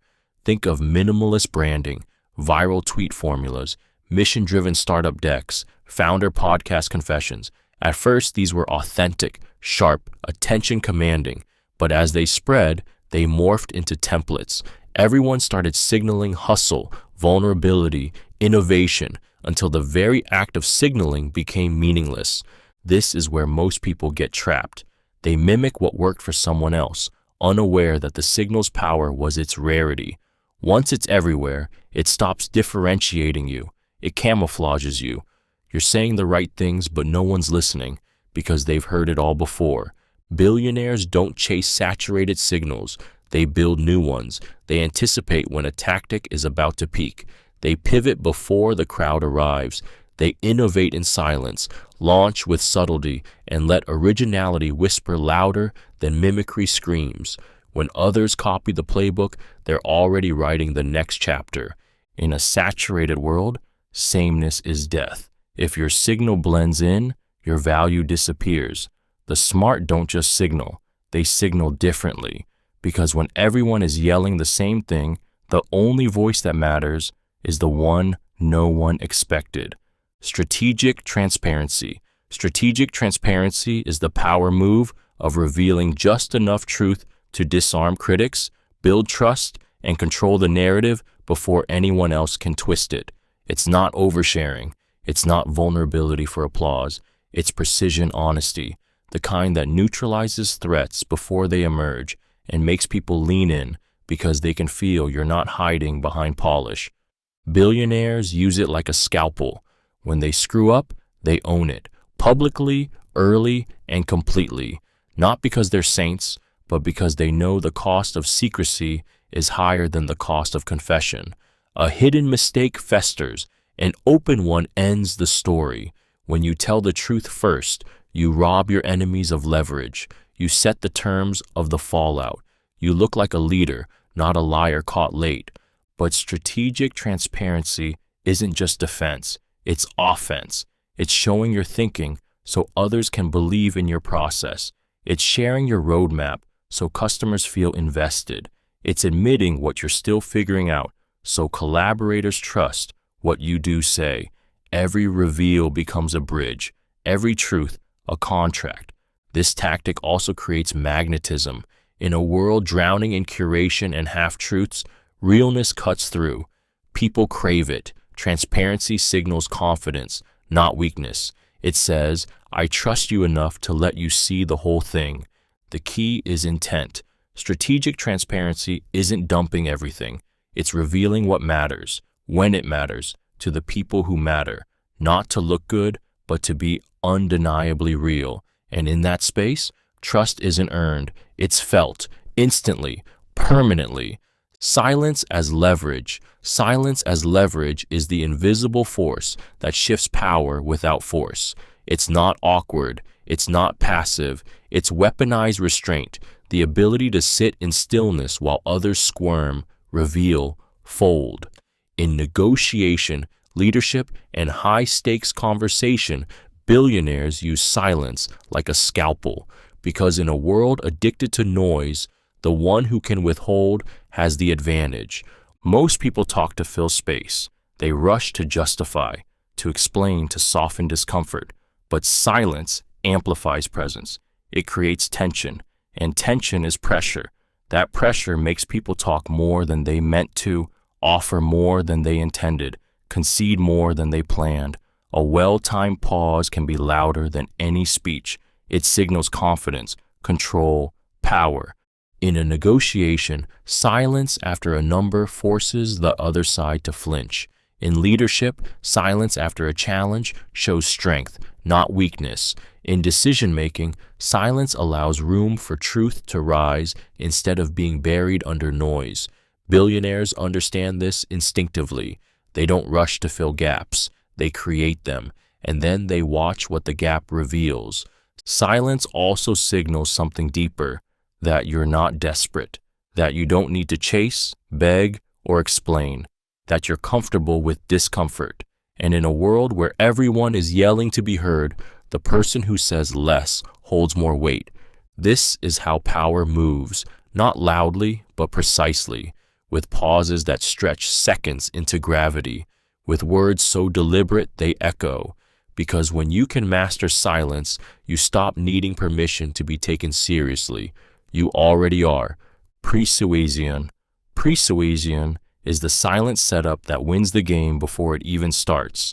It's the art of priming someone's mind so that when your request, pitch, or idea finally lands, it doesn't feel like persuasion at all. It feels like alignment. Most people try to convince others at the moment of the ask.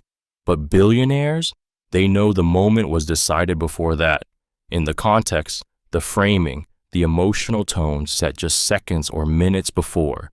Pre-suasion isn't manipulation, it's mental staging. You don't change the message, you change the mental state the listener enters it with. You ask someone about their proudest achievement before offering them a leadership role. You talk about generosity before a fundraising pitch. You frame the problem with words that echo the solution you'll soon offer. These subtle cues soften resistance and open the door before you knock. It works because the human mind is contextual, not rational. We don't decide based purely on logic. We decide based on how we're feeling, where our attention is, what ideas are already floating in the room. Pre-suasion injects the right atmosphere into that room so the next move lands with gravity. This is why top performers craft environments, not just arguments. They control the tempo, the lead-in, the energy. They plant seeds with intention so that by the time they ask, the answer feels inevitable. Pre-suasion doesn't shout, it whispers, and by the time it speaks loudly, the heart has already leaned in, not because it was sold, but because it was ready. That's the difference, and that's the edge. Mental models stacking. Mental models stacking is the cognitive equivalent of compound interest, layering diverse frameworks together until they produce insights so sharp they cut through complexity like glass. One model gives you clarity, two offer perspective, but stack 10, you don't just understand the world, you predict it. Billionaires build these stacks like weapons arsenals, not to sound smart, but to see what others can't. Most people use one lens to make decisions: economics, psychology, logic, gut. But a single model is a blunt instrument. It works until it doesn't. Billionaires know that reality is too complex, too fluid, too contradictory for just one worldview. So they pull from everywhere: game theory, evolutionary biology, physics, stoicism, systems thinking, and layer them. Like filters on a camera, each new model sharpens the picture.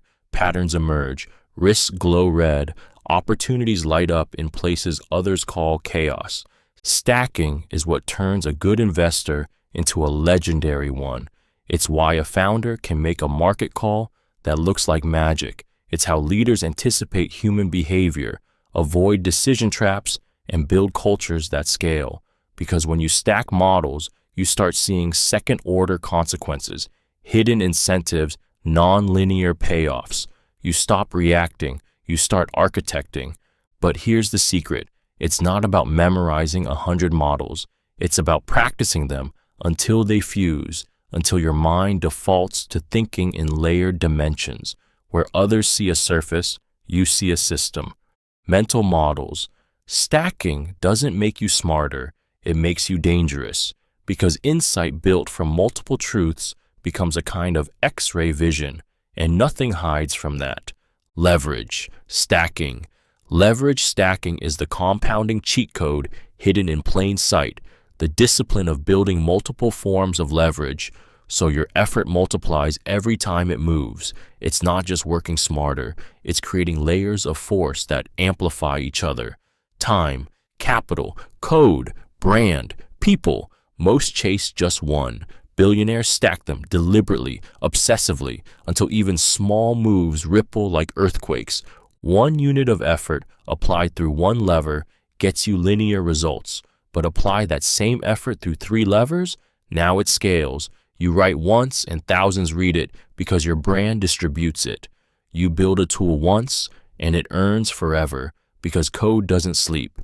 You deploy capital once and it compounds while you rest. You hire once and that person builds systems that hire 10 more. Every lever makes the next more powerful. Most people overuse their time and underuse everything else. They grind, hustle, show up, but leverage stacking asks a harder question. Where can I stop being the bottleneck? What can scale without me? And then it builds, slowly, quietly, until your presence becomes optional, but your impact doesn't. This isn't a productivity trick. It's architecture. It's seeing your life like an engine. Every new layer, brand equity, audience trust, product automation, strategic hires, adds horsepower, not overnight, but forever. Billionaires don't work more hours. They stack more leverage. They move less, but shift more. Because once you understand how force multiplies, you stop trying to lift everything yourself and start building machines that lift for you. Judgment compounding is the hidden flywheel behind every billionaire's decision-making edge. It's the idea that your judgment, how you see, weigh, and choose, doesn't just improve linearly over time. It compounds. Every choice you make feeds data into the next one. Every feedback loop sharpens intuition. Every failure, if examined correctly, adds to a mental repository of patterns, signals, and edge. And like money, the earlier you start refining it, the more unstoppable it becomes. Most people treat decisions like isolated events. They hope to be right, and if they're wrong, they move on, untouched, unchanged, but the elite don't think that way. They treat each decision as a learning asset. They don't just want outcomes, they want data from the outcome.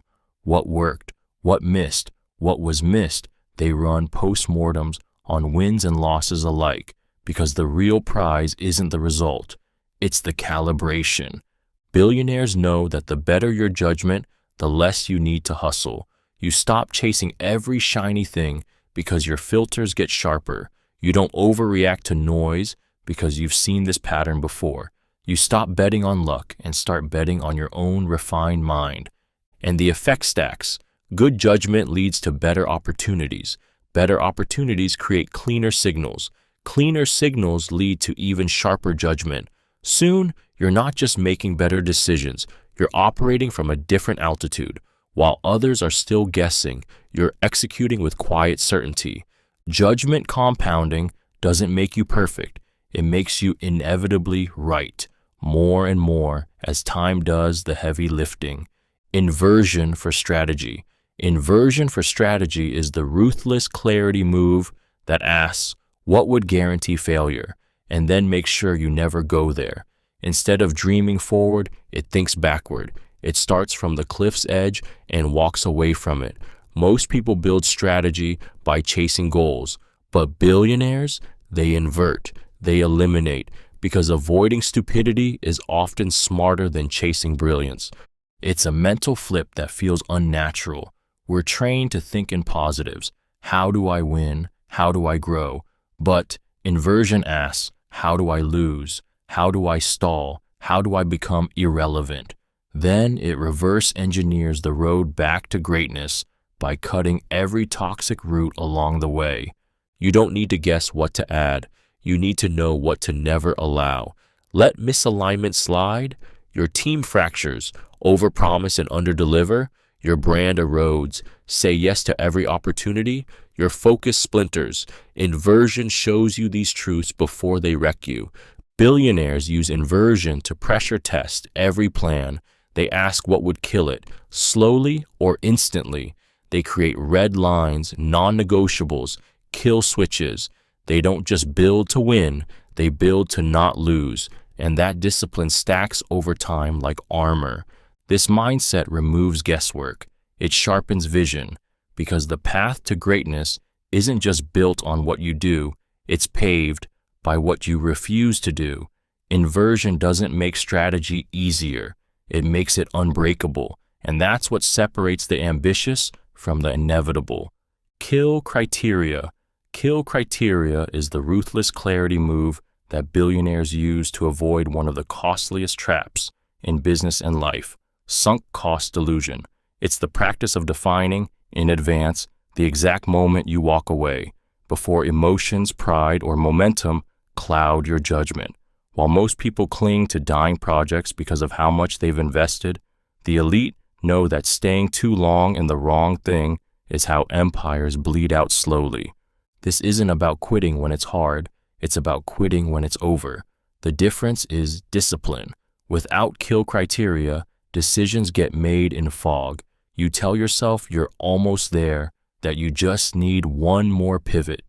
You pour time, money, and energy into a bet that no longer has leverage, and each drop feels harder to abandon than the last.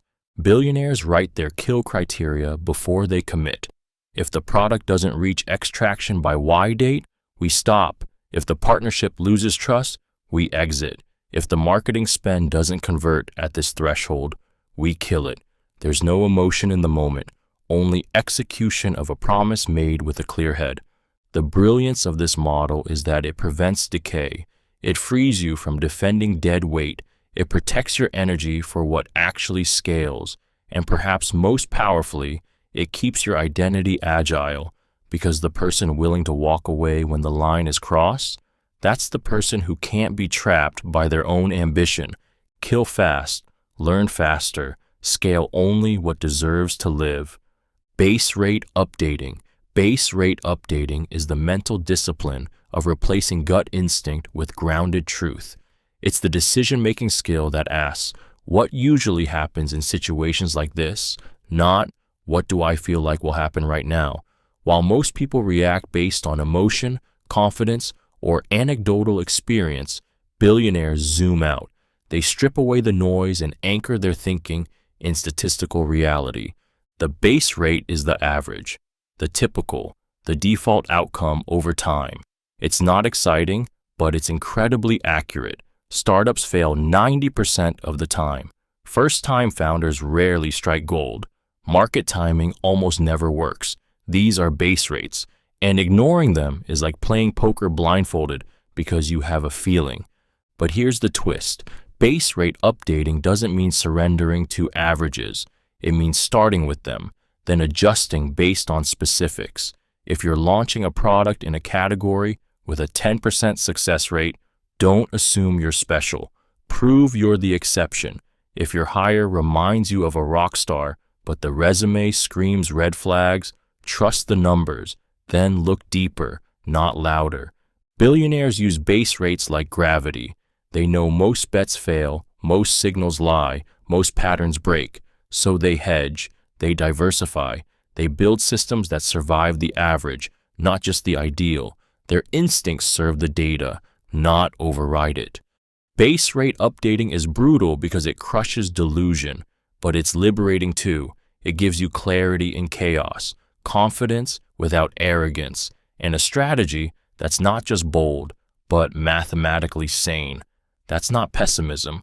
That's how real players stay in the game. Bias for action. Bias for action is the internal override switch that turns hesitation into momentum. It's not recklessness. It's trained urgency, the muscle memory to move when others pause, to try when others discuss, to do before waiting for permission. High performers, and especially billionaires, don't just make decisions faster, they make more decisions because they understand something most never grasp. Velocity creates clarity, and clarity is power. Most people are stuck in loops of planning, doubting, perfecting. They wait for the right time, the complete plan, the safe conditions, but in reality, movement creates safety. Taking the shot reveals what works and what doesn't. It sharpens instinct. It exposes friction. You can't steer a parked car, and you can't build momentum from stillness. Billionaires live in feedback loops, not theory. They launch before the product is finished. They ask before the relationship is guaranteed. They test before the idea is proven. Action isn't a last step. It's the first signal. It's how they think, how they learn, how they lead. This bias builds confidence, not because every move works, but because they survive and adapt faster than those waiting on the sidelines. Mistakes made in motion are lessons. Missed chances from hesitation, those are regrets. Action cuts through noise. It intimidates opposition. It inspires teams, and it separates those who talk about change from those who build it. When you move first, you write the rules. When you wait, you live by someone else's. Speed is a weapon, and the ones who win are the ones who pull the trigger, while others are still checking the aim. Red teaming. Red teaming is the ultimate act of intellectual humility. Deliberately handing your best idea to someone and telling them, break this. It's not debate. It's not feedback. It's war games for the mind. Inviting others to become your opposition so you can expose blind spots before the world does. Billionaires use red teaming not because they lack confidence, but because they refuse to be trapped by it. Most people protect their ideas. They nurture them, insulate them, polish them for applause, but red teaming does the opposite. It welcomes attack. It builds a fortress, then sends in saboteurs. The goal? To simulate reality before reality strikes, to uncover failure points while they're still on whiteboards, not balance sheets. Red teams don't play nice. They ask the questions you're afraid of. They challenge assumptions you never noticed. They highlight weaknesses that charm and charisma often conceal. And when done right, they don't weaken your idea. They harden it, because every flaw they surface becomes a decision you can now fix with eyes wide open. Billionaires red team their products, pitches, partnerships, even themselves. They hire contrarians. They assign devil's advocates. They practice getting punched in the face intellectually so the real blow never lands. It's not comfortable, it's not pretty, but it's necessary. Red teaming isn't about pessimism. It's about preparation. It separates fragile ideas from anti-fragile ones, the kind that grow stronger through pressure. Because in a world that punishes naivety and rewards clarity, the smartest thing you can do is attack yourself before anyone else gets the chance. Microfeedback loops. Microfeedback loops are the tiny, high-frequency pulses that let you course correct in real time before failure grows teeth. They're fast, frictionless, brutally honest signals that say this works or this doesn't, without the sugarcoating of quarterly reviews, investor updates, or polite silence. Billionaires live by them, not because they love being critiqued, but because they know truth is a competitive advantage and delay is death. Most people wait too long for feedback. They build in silence, convinced their instincts are enough. They launch big, they overcommit, and then they get hit with feedback so late, so massive, it topples the whole system. But the elite? They build systems where feedback drips in constantly. Every click, every cancel, every unsubscribe email, every pause conversation. They're listening, not to feel good, to adjust fast. Microfeedback loops aren't complex. A landing page test, a short voice note to a mentor, a quick internal poll, a Slack emoji reaction. They're lightweight truths delivered fast enough to steer before damage compounds. And when stacked, they form a radar, the kind that sees around corners. The real power? These loops create anti-fragility. You don't just avoid failure, you evolve through it. The system becomes alive, self-correcting, responsive. Your team iterates faster. Your product sharpens. Your decisions get smarter, not from theory, but from reality hitting back in real time. Microfeedback loops aren't about being reactive. They're about being relentlessly tuned in, because the faster you feel friction, the faster you find flow. And the ones who feel the truth first, they win before others even realize the game has changed. Sandbox Decisions. Sandbox decisions are the hidden playgrounds where the boldest strategies are born. They're the controlled environments, low stakes, limited scope, reversible, where you can test high-stakes ideas without gambling the house. Billionaires rely on them not because they're afraid to act, but because they know the cost of learning in the real world can be fatal. A sandbox is where you learn to swing before stepping into the ring. Most people wait until something matters to try it. They pitch when it counts. They launch when everything's riding on it. They negotiate big deals before they've practiced small ones. But sandbox thinkers flip that.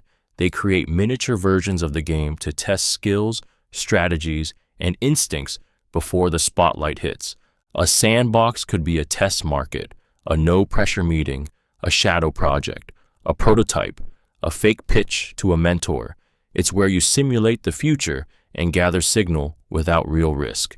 Billionaires obsess over this because they know experience isn't built through theory, it's built through safe exposure to chaos. These decisions don't need to succeed, they just need to teach. And once you learn in the sandbox, you enter the real game with weapons sharpened, knowing what works, what breaks, and where your blind spots hide. Sandbox decisions separate the reckless from the prepared, the ones who guess from the ones who already know. They lower the cost of failure and raise the accuracy of intuition. Because when the big moment comes, you won't be experimenting. You'll just be executing what you've already proven, quietly, precisely, before anyone was watching. Money as stored optionality. Money as stored optionality is the mental unlock that transforms wealth from a destination into a weaponized possibility. It reframes money not as a means to acquire things, but as raw potential waiting to be deployed. While most chase money to buy comfort, status, or luxury, billionaires see it as something far more valuable, freedom in its purest form, the freedom to walk away, pivot, pause, or strike when no one else can. Optionality is power, and money is its storage unit. It lets you say no to bad deals, toxic people, or mediocre opportunities. It buys you time to think deeply, act boldly, or disappear strategically. It's not about the yacht. It's about never needing to impress anyone who owns one. It's not about retiring. It's about choosing when to work, what to build, and who gets access. Billionaires don't hoard money. They hoard leverage. A giant cash reserve isn't just security. It's invisible mobility. It means they can acquire when others are liquidating.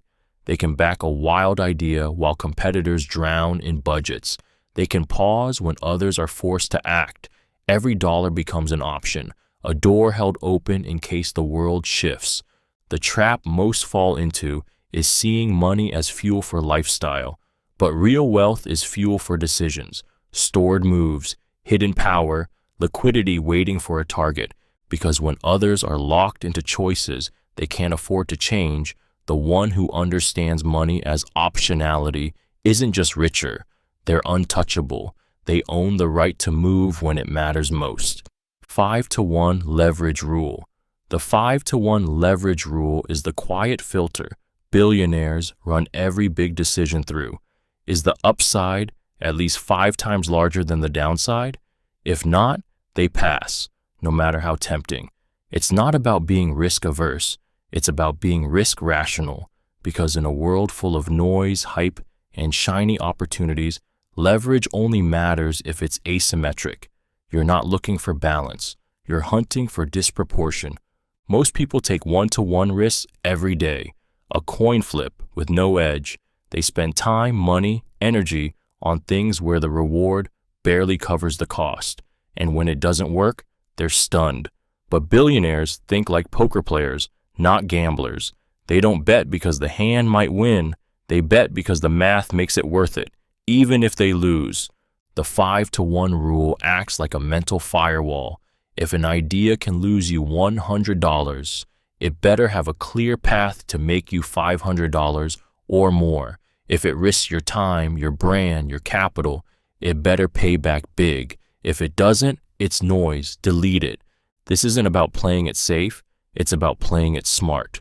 One massive 5-to-1 bet that hits can erase a dozen small losses. And over time, this discipline compounds into uncatchable advantage. The key is patience, passing on pretty good until insanely worth it shows up. Because when you only swing at opportunities with explosive upside and limited downside, you don't need to be right all the time. You just need to be right once, and when you are, it changes everything.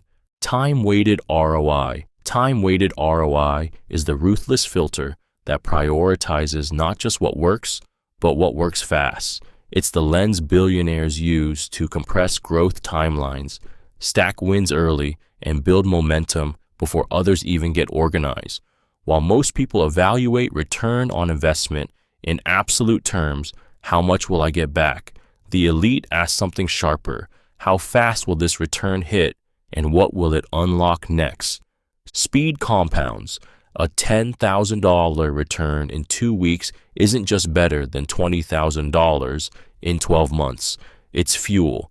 That quick return can be reinvested, redeployed, or reinjected into a system that compounds before the long-term bet even matures.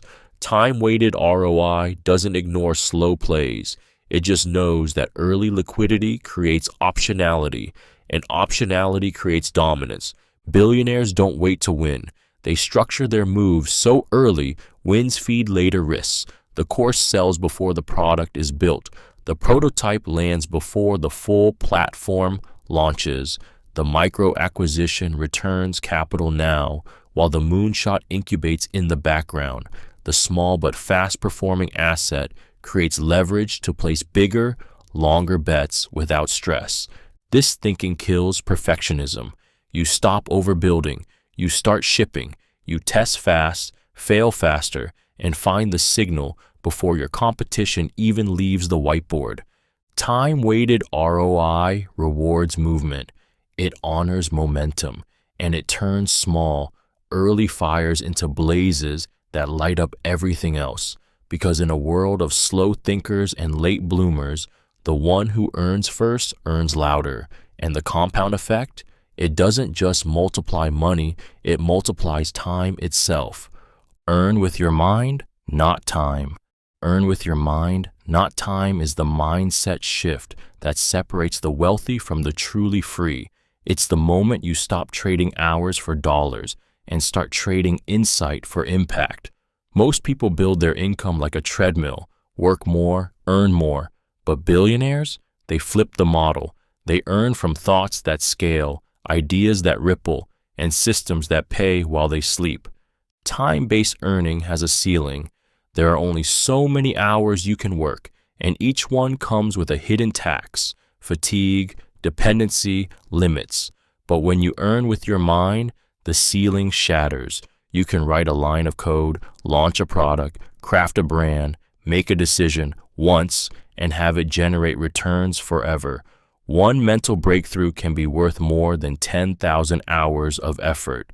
This doesn't mean abandoning hard work. It means rerouting it, pouring energy into assets, IP, content, systems, relationships, things that grow without requiring your constant presence. It's thinking in leverage. How can this hour of thought create 100 hours of value? Billionaires don't just think better. They build better containers for their thinking. Books, companies, platforms, tools. Their time becomes a spark, not a shovel. The work isn't in doing. It's in creating something so smart, so useful, so unique that it keeps earning on autopilot. The world pays for rare value, not busy hands. And once you earn with your mind, time stops being your limit. It becomes your advantage, because now every hour you save can be reinvested in the only machine that prints limitless wealth, your thinking. Capital force multiplication. Capital force multiplication is the elite strategy of turning money into an unstoppable engine, one that works harder, longer, and smarter than any team of people ever could. It's the shift from sweat to scale, from labor to leverage. While most people spend their lives trading time for money, billionaires flip the equation. They deploy money like a weapon, so it works when they sleep, scales while they rest, and compounds while others grind. Capital doesn't get tired. It doesn't call in sick. It doesn't need motivation. Once set in motion, it either multiplies or teaches. And billionaires don't just invest in assets. They invest in systems, infrastructure, and automation that remove themselves from the equation entirely. They build portfolios that breathe, tools that sell, content that spreads, software that serves, and teams that execute without ever needing their hand to push the wheel. This mindset is the opposite of hustle culture. It's not about doing more. It's about deploying better. One smart capital allocation can replace a decade of effort. A strategic acquisition can shortcut years of building. A stake in the right company, idea, or innovation becomes a force multiplier, something that doesn't just pay once, but pays forever. People admire billionaires for their work ethic, but what they miss is this. The real flex isn't how hard they work. It's how little they have to, because their capital is out there working harder than any human ever could. The goal isn't just to make money, it's to unleash it, because once capital becomes your employee, the rules of time, effort, and exhaustion no longer apply. Only growth does, relentless, unstoppable, quietly compounding behind the scenes. Silent compounding is the invisible force that builds empires in the background, quietly, slowly, then all at once. It's the truth most people miss while chasing noise. Real wealth, real growth, real power doesn't announce itself. It accumulates in silence. It looks like nothing's happening. Then suddenly, you're unstoppable. Most people quit just before the curve bends. They expect instant feedback, constant proof that things are working. But compounding doesn't work like that. It hides, it tests you, it gives nothing for months, sometimes years. And that's the trap, because those who need visible progress now will abandon the game before the rewards arrive. Billionaires understand the shape of the curve. They don't get rich from big jumps. They get rich from small, consistent, almost invisible gains, reinvested obsessively. Every decision compounds. The relationships they build, the habits they protect, the systems they refine. Nothing looks dramatic day to day, but over time, the curve lifts like a rocket and no one else can catch them. Silent compounding isn't just financial, it's reputational, emotional, strategic. Every thoughtful action, every avoided distraction, every deliberate no is a deposit. Most won't notice. That's the point, because while others chase dopamine, they're stacking momentum in the dark. And when the compounding curve finally breaks the surface, the world calls it luck. But it wasn't luck. It was patience, precision, and the discipline to trust the math when there was nothing yet to show. Silent compounding rewards the few who can persist when the scoreboard still reads 0, but the game is already won. Own versus rent economics. Own versus rent economics is the quiet divide between those who build wealth and those who chase it forever. It's the recognition that true power doesn't come from high income. It comes from equity, from owning the upside, the brand, the rights, the platform. Billionaires don't rent their time. They don't trade hours for dollars.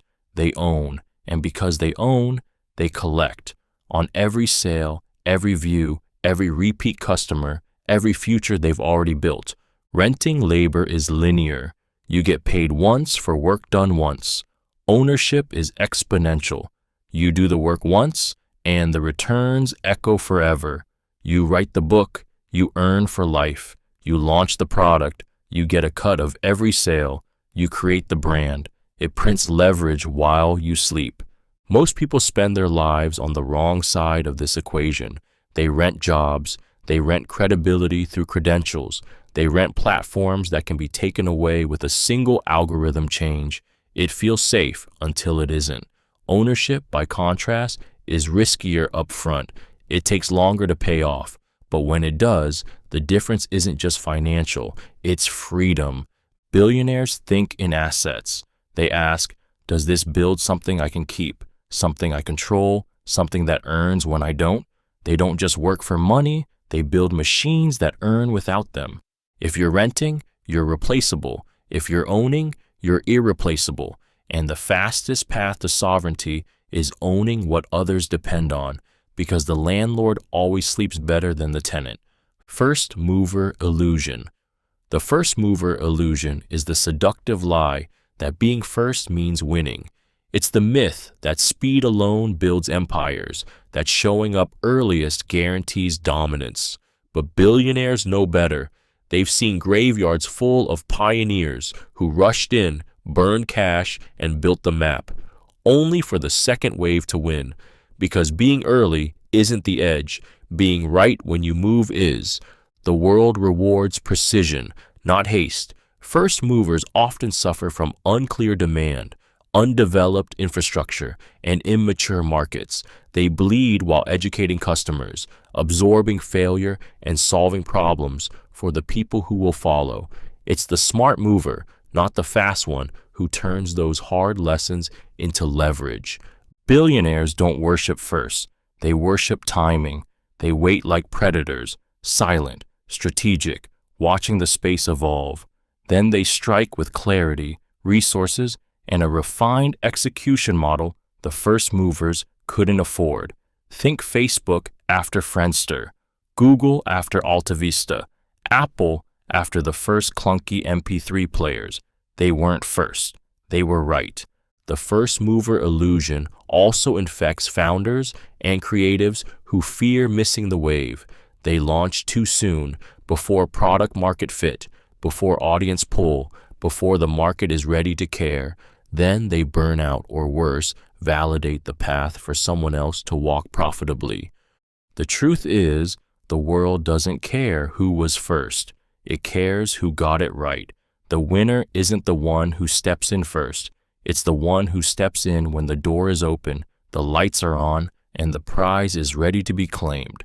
Invisible costs of low conviction.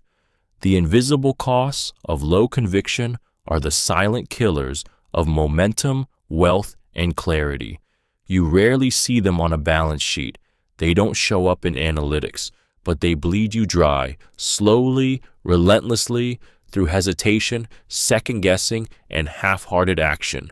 Billionaires don't just act decisively for speed, they do it to protect against decay, because they've learned a painful truth. Indecision is more expensive than being wrong.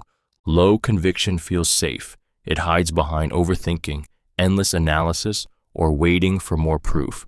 But every day you stall, every hour you drag your feet, you lose the most irreplaceable resource of all, time. You miss windows. You drain your team's energy. You burn capital on strategies you don't believe in, hires you don't trust, products you won't commit to scaling. You linger, and that lingering costs more than failure. Billionaires move with conviction not because they're reckless, but because they know. The faster you decide, the faster you learn. The faster you commit, the sooner the market speaks. And the moment you waver, you send shockwaves through your systems. Your team doubts, your investors hesitate, your momentum stalls. Conviction doesn't mean certainty, it means clarity of intent. It's not about knowing you'll win, it's about being clear that this is the hill you're willing to test on. That kind of clarity attracts resources, aligns execution, and scares the competition. The danger isn't in making the wrong call, it's in never really making one at all.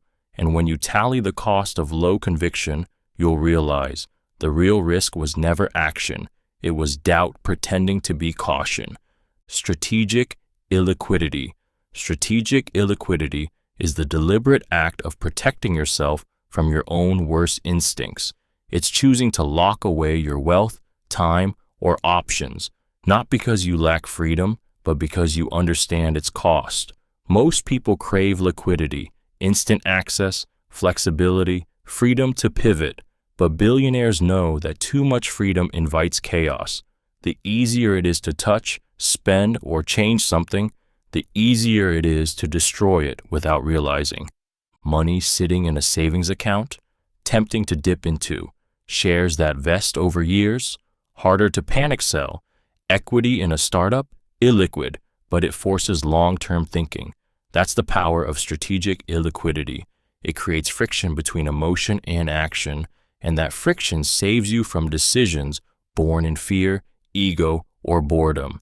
It's not just about money, it's about commitment, locking yourself into a project, a partnership, a path, on purpose, so you don't flinch when it gets hard, so you don't quit on a down day, so you stay focused when every distraction whispers, come back to comfort. Billionaires often build wealth in structures they can't easily unwind. Real estate, private equity, long vesting schedules. Why? Because it forces discipline, it forces patience, it transforms potential volatility into grounded consistency. Strategic illiquidity is a paradox. By reducing access, you increase power. You remove the option to sabotage yourself. You eliminate temptation before it knocks, because sometimes the smartest thing you can do isn't to have the freedom to act. It's to design your life so that you don't need to. Autopilot habits. Autopilot habits are the invisible scaffolding of greatness, the small daily routines that shape who you become when no one's watching. They're not glamorous, they're not optimized for likes, but they run beneath the surface, quietly compounding your identity until the person you once hoped to be becomes the default version of who you are. Billionaires don't rise on talent alone, they rise on the habits they no longer have to think about. Most people chase intensity, grand goals, massive changes, but they overlook what actually creates transformation, consistency without friction. When a habit is baked into your nervous system, wake up at 5, read before screens, work out no matter what, it stops costing energy. It becomes background noise, and that's where the magic happens, because what no longer drains you compounds. Autopilot habits act like identity anchors. Every time you follow through, even when tired or uninspired, you cast a vote for the person you believe you are. And over time, those votes become permanent. You don't just run, you are a runner. You don't just write, you are a writer. You don't just lead, you are a leader. It's not discipline anymore, it's identity. Billionaires build systems that reduce choice. They don't debate routines, they install them, because decision fatigue kills clarity and friction kills follow-through. So they automate what matters most and protect it like a sacred ritual. Autopilot habits don't scream, they whisper over time, and if you build the right ones, they won't just carry you forward, they'll transform who you are, quietly, until success feels like muscle memory. Input curation. Input curation is the quiet force behind extraordinary clarity. It's the decision to treat your mind like sacred ground, where only the highest quality thoughts, voices, and data are allowed in. Most people consume mindlessly. News feeds, group chats, opinions from strangers, noise disguised as relevance. But billionaires, they curate, ruthlessly, because they know what enters their mind doesn't just influence their thoughts, it becomes their thoughts. Every input is a seed. What you read, who you follow, the questions you hear, the problems you study, it all shapes the lens through which you see the world. And that lens determines your decisions, your actions, your destiny. Bad inputs blur your focus. Great inputs sharpen it until it cuts through anything. Input curation isn't passive, it's an active filter. It means unsubscribing, unfollowing, muting, walking away, not to escape the world, but to elevate above it. It means surrounding yourself with people who sharpen you, not drain you. Books that stretch you, not numb you. Questions that expand your mind, not validate your bias. Billionaires build mental ecosystems that feed their vision. They control proximity. They reduce digital clutter. They study timeless ideas instead of chasing every trend because they know the world will shove noise into their minds if they don't deliberately protect the signal. Your brain is a battlefield. The content you consume becomes the code that runs your operating system. And input curation isn't luxury, it's survival. Because when you finally understand that garbage in equals garbage out, you stop binging distractions and start engineering genius, one curated idea at a time. Keystone habits. Keystone habits are the rare, central routines that act like levers. Pull one, and the rest of your life shifts with it. They aren't just good habits, they're dominoes, setting off chain reactions of positive behavior, thought patterns, and emotional momentum. Billionaires don't try to fix everything at once. They identify the keystone, install it ruthlessly, and let it ripple through the rest. Most people try to solve symptoms. They build isolated habits, more water, better sleep, fewer distractions, without understanding which one is the root conductor. But the elite look deeper. They ask, what's the one thing that, if locked in, makes the rest easier or automatic? For some, it's a morning workout. For others, it's journaling, a shutdown ritual, a no-phone zone. It's not about the habit itself. It's about the cascading effect it unleashes. Start the day with a hard run, and suddenly you eat cleaner, think sharper, lead stronger. Journal for 10 minutes and emotional reactivity drops. Priorities become clear. Relationships improve. One habit, multiple payoffs. That's the leverage. Billionaires protect their keystone habits like sacred territory because they know miss one day and nothing breaks. Miss three and everything tilts. The keystone holds the system together. It's the anchor, the thermostat, the unseen driver of their edge. You don't need 10 new habits. You need one that moves the rest. Find it, cement it, and let it pull your identity forward, quietly, powerfully, day after day, until excellence isn't something you chase. It's something you wake up living. Energy audit. Energy audit is the hidden metric that top performers use to run their lives, not by hours worked, but by energy spent and returned. Most people manage their time like it's the ultimate currency, slicing up calendars, color-coding tasks, grinding through lists. But billionaires know the truth. Time is neutral. Energy is not. What matters is not how long something takes, but how deeply it drains or fuels you. An hour in a draining meeting can cost you the rest of your afternoon. A 15-minute call with the right person can light your brain on fire for days. That's why the energy audit reframes your entire operating system.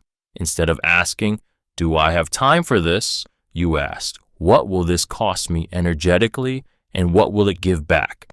When you audit by energy, patterns appear. You see which clients sap your creativity, which projects spark obsession, which routines restore you, and which slowly hollow you out. This lens doesn't just optimize productivity, it protects identity. Because every energy leak is a slow betrayal of your best self. Billionaires use this audit to sculpt their days. They protect mornings.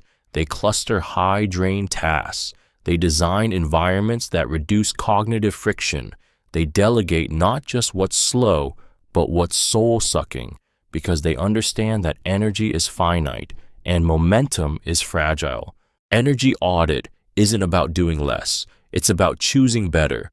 Because when you protect your energy, your time stops leaking, your focus sharpens, and your life starts compounding, not around what you're doing, but around what keeps you fully alive while doing it. Identity as operating system. Identity as operating system is the deep code running beneath every decision, every habit, every instinct. It's the truth most never realize. You don't act because of who you are. You become who you are because of what you do. Your identity isn't fixed. It's fluid. It evolves every time you choose action over avoidance, discipline over impulse, integrity over ego. And billionaires, they upgrade that code deliberately. because they know their self-image is the control panel for everything else. Most people wait to feel like the person they want to be. They want confidence before risk, clarity before action, belief before commitment. But the equation is reversed. You act first. You keep promises to yourself. You do the thing scared, unready, unqualified, and then identity catches up. You become a builder by building, a leader by leading, a finisher by finishing. Billionaires design identity with intention. They ask not just, what do I want to have, but who would I need to become for that to be inevitable? Then they behave accordingly. They build feedback loops between action and self-image. Each aligned decision reinforces the system. Each misaligned choice triggers a correction. And the more that loop tightens, the more effortless greatness becomes. You no longer need motivation when your identity does the heavy lifting. You don't fight to be consistent when inconsistency feels like betrayal. Identity becomes the OS, and everything else becomes execution. If your life feels misaligned, it's not a strategy issue. It's an identity glitch. Update the operating system and watch the hardware finally do what it was always meant to. Clean edges. Clean edges are the invisible armor that protects your focus, energy, and identity. They're the sharp, deliberate boundaries you draw between roles, tasks, relationships, and time, so your mind doesn't bleed across them. Most people live with frayed edges. Work seeps into rest. Social drains sneak into solitude. Their inboxes stalk their thoughts. Nothing is ever truly done because everything is always open. The result? Mental clutter, emotional fatigue, slow death by 1,000 open loops. Billionaires live differently. They build clean edges into everything. They end meetings on time. They define when they're available and when they're not. They separate deep work from admin, thinking from doing, yes from no. Not because they're rigid, but because they understand the cost of leakage. Every fuzzy boundary invites distraction. Every soft edge invites overreach. Clean edges aren't just about schedule. They're about sovereignty. When you have clear edges, you're not constantly redeciding your limits. You're not negotiating with guilt. You don't have to explain why you're unavailable. You've already decided. The structure holds, so your mind can roam freely within it. This applies to people too. Clean edges protect you from energy vampires, from manipulative clients, from expectations you never agreed to. They let you show up fully where it matters because you're not half distracted by everything else that never got properly closed. Edges don't restrict you. They refine you. They don't box you in. They give your power form. And once you live with clean edges, the world learns to meet you there, not in chaos, but in clarity. That's not cold. That's control. Deep work windows. Deep work windows are the sacred chambers of focus, where billionaires build what others can't even begin. They aren't just blocks on a calendar. They're rituals of intensity, silence, and creative violence, where distractions die and breakthroughs are born. In a world drunk on notifications and shallow dopamine, deep work is rebellion, and those who master it don't just outwork the competition. They outthink, outcreate, and outlast them. Most people never touch this level of focus. Their days are shredded by meetings, Slack pings, quick calls, and dopamine loops. They live in the shallows, always busy, never building. But billionaires protect deep work like it's oxygen, because it is. They carve out 90-minute fortresses, 3-hour blocks, full days off grid, then disappear into a space where signal is pure and thought compounds with zero friction. Deep work isn't multitasking.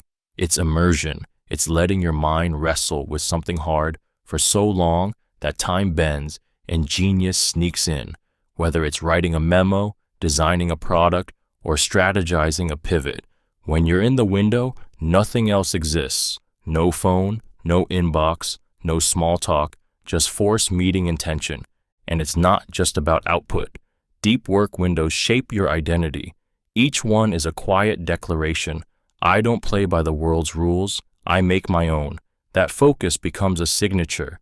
That discipline becomes your edge. Shallow minds stay busy. Deep minds build legacies. And the difference isn't talent. It's whether you've structured your day to go deep or if you're still letting the world decide who gets your attention.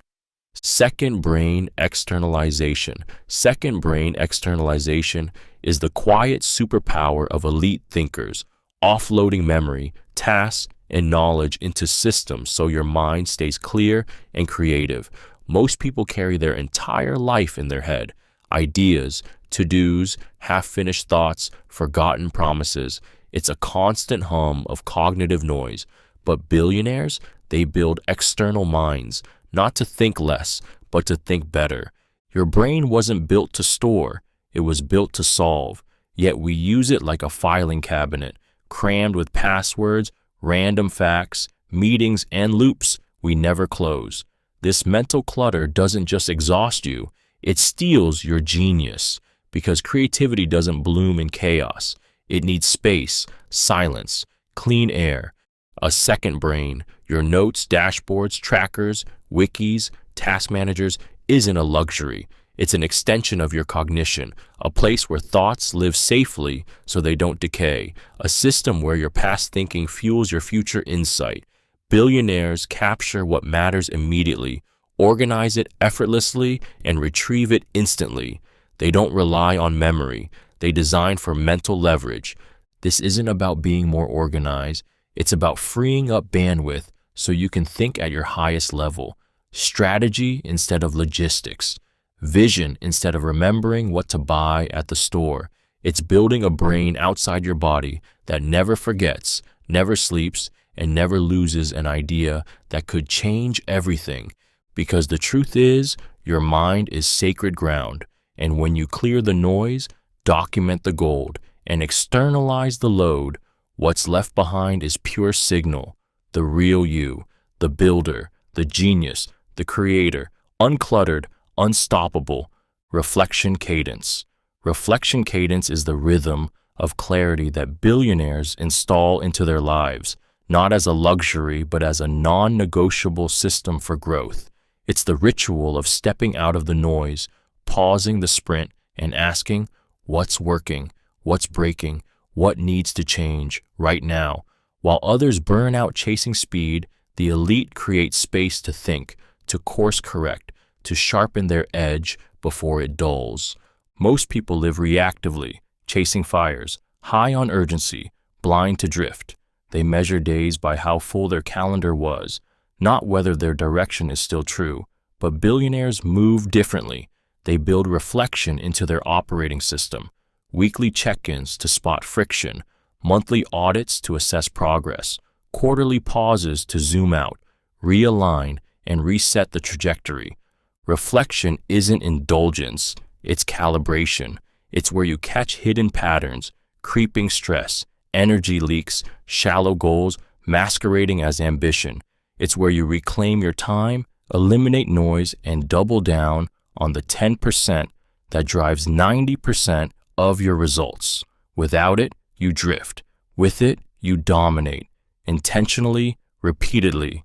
And the truth is, reflection doesn't take hours. It takes depth. A 30-minute walk with the right questions, a Sunday journal entry, a monthly personal board meeting with no one but your own brutally honest self. It's not about quantity. It's about interruption. Billionaires reflect because they know velocity without direction is wasted. Reflection cadence is how you slow down just enough to steer. And in a world that never stops moving, the one who pauses with purpose moves with power. Stress as a diagnostic. Stress as a diagnostic is the brutal clarity tool few know how to use, and billionaires never ignore. It's the shift from seeing stress as a problem to seeing it as a signal. When pressure spikes, most people collapse or numb out, but high performers lean in. They ask, what is this stress trying to show me? Where is the fracture? What part of my system isn't built for this load? Because stress doesn't lie. It points.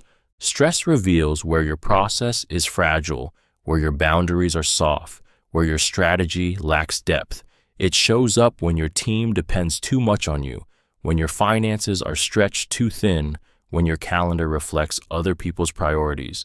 Every anxious email, sleepless night, and gut punch of overwhelm is data.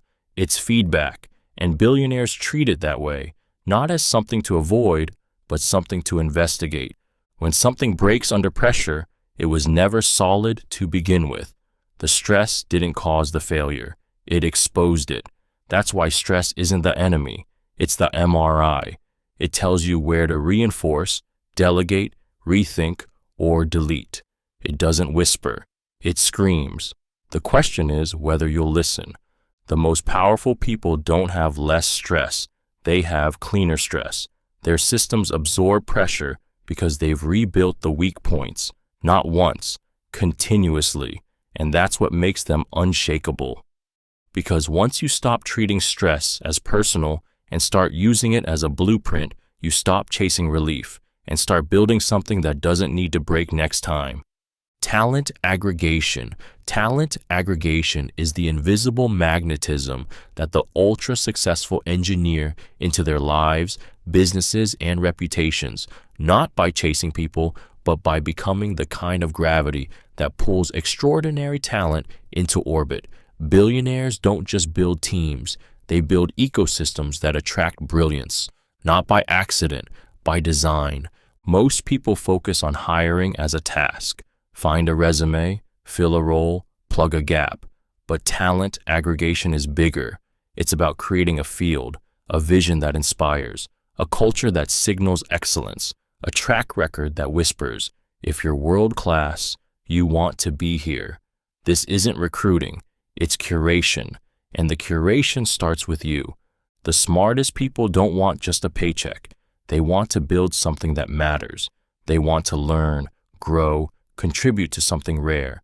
Billionaires know this, so they craft environments where genius feels seen, stretched, and safe to go full throttle. They don't micromanage talent. They amplify it. They give smart people problems worth solving and the autonomy to do it their way. And over time, it compounds. Talent attracts more talent. Great people recommend other great people. Culture becomes a filter. Your orbit tightens, sharpens, and suddenly you're surrounded by brilliance you couldn't afford if you tried to buy it outright. This is how leverage multiplies when your very presence becomes a reason for others to level up. Talent aggregation isn't about collecting resumes. It's about becoming a signal so strong that the best can't ignore it, even if you never ask. Ecosystem incentives are the quiet engines behind unstoppable growth, where your success isn't built in isolation, but by designing systems where everyone wins by helping you win. Most people chase success as a solo climb, but billionaires build platforms where other people's ambition automatically reinforces their own. They don't just scale products, they scale incentives. When you create an ecosystem, whether a marketplace, a brand, a culture, a network, you shift from being the sole engine to becoming the center of gravity. Others orbit around you, not because you're famous, but because their own upside is tied to yours. Creators who win on your platform, employees whose equity grows with the company, partners who profit more the more value they deliver.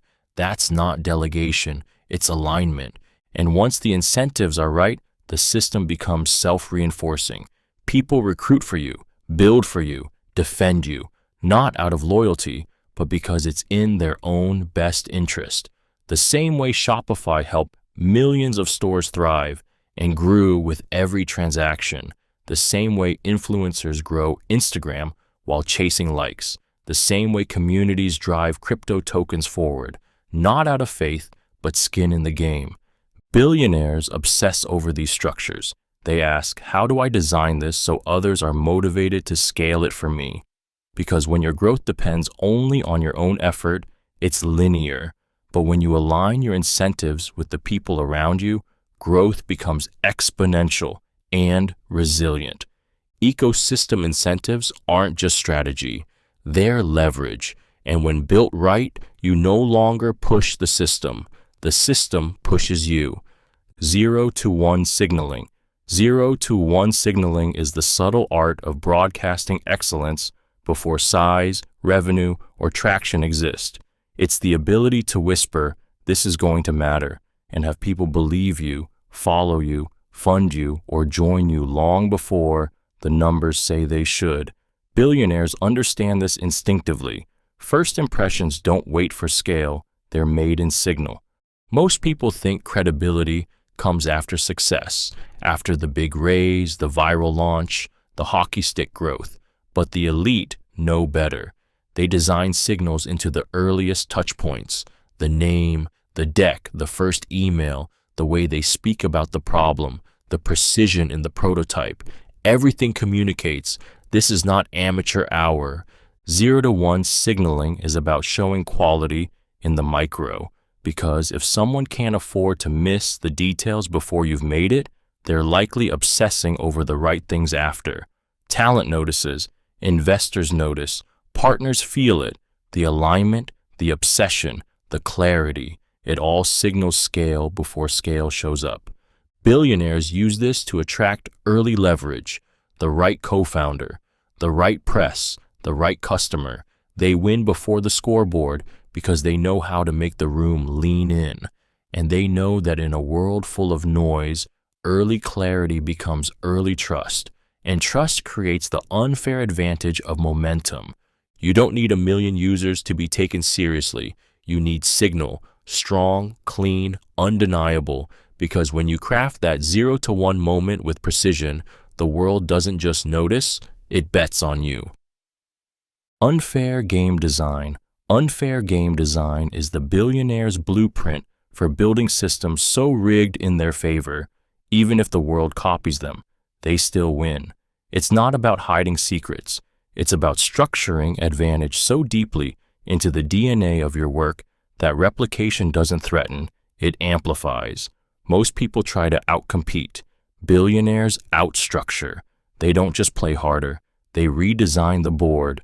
In a fair game, the best player wins. In an unfair game, the best designed system wins, over and over, even when others mimic it.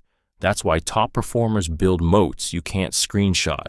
Network effects, deep brand trust, embedded switching costs, proprietary data, cultural resonance. Even when the surface looks simple, the backend is engineered to compound in ways outsiders can't touch. Think of Amazon. People copied the interface, but few could replicate the logistics empire underneath. Think of Tesla. Competitors chased the design, while Tesla quietly rewrote battery economics and software data loops. That's unfair game design, when the real advantage is invisible until it's too late. It also shows up in careers. When you own your distribution, your narrative, your product, you're not playing on rented ground. You can give away your playbook and still win, because the advantage isn't the tactic, it's the engine behind it. Unfair game design doesn't rely on secrecy, it relies on structure. It's not paranoia, it's leverage by architecture. And once you build something that feeds itself, protects itself, and grows stronger the more it's challenged, you're not just ahead, you're untouchable. Nonlinear scaling principles. Nonlinear scaling principles are the operating codes that let billionaires do what seems impossible, achieve more by doing less. They reject the outdated formula of effort equals output and instead build systems where a single move multiplies into disproportionate results. Most people grind harder. The elite, they build tilt. They create leverage that breaks the linear chain between input and impact. In the linear world, more hours mean more work. More ads mean more sales. More hires mean more output. But that model caps quickly and burns you along the way. Billionaires scale non-linearly. They write one tweet that shifts an entire market, launch one product that prints millions without extra effort, build one platform that attracts thousands without another cold call. This principle starts with a question. What's the move that makes all other moves easier or obsolete? It might be automation, licensing, network effects, productizing what others service, saying no to the 90% that dilutes your edge so the 10% explodes. It's not about being busier, it's about being smarter at scale. Nonlinear scaling also means stacking asymmetries. One great hire unlocks 10. One viral loop replaces your ad budget. One decision creates years of tailwind. It's chess, not checkers. Architecture, not effort. And it's how billionaires appear to move in slow motion while their impact surges. You don't scale by adding. You scale by designing tilt into the system. Because when everything you build contains the seed of exponential return, growth stops being linear and starts feeling inevitable. Epistemic humility. Epistemic humility is the rare superpower of knowing what you don't know and refusing to pretend otherwise. It's not weakness, it's not meekness, it's the quiet confidence to say, I might be wrong, and that changes everything.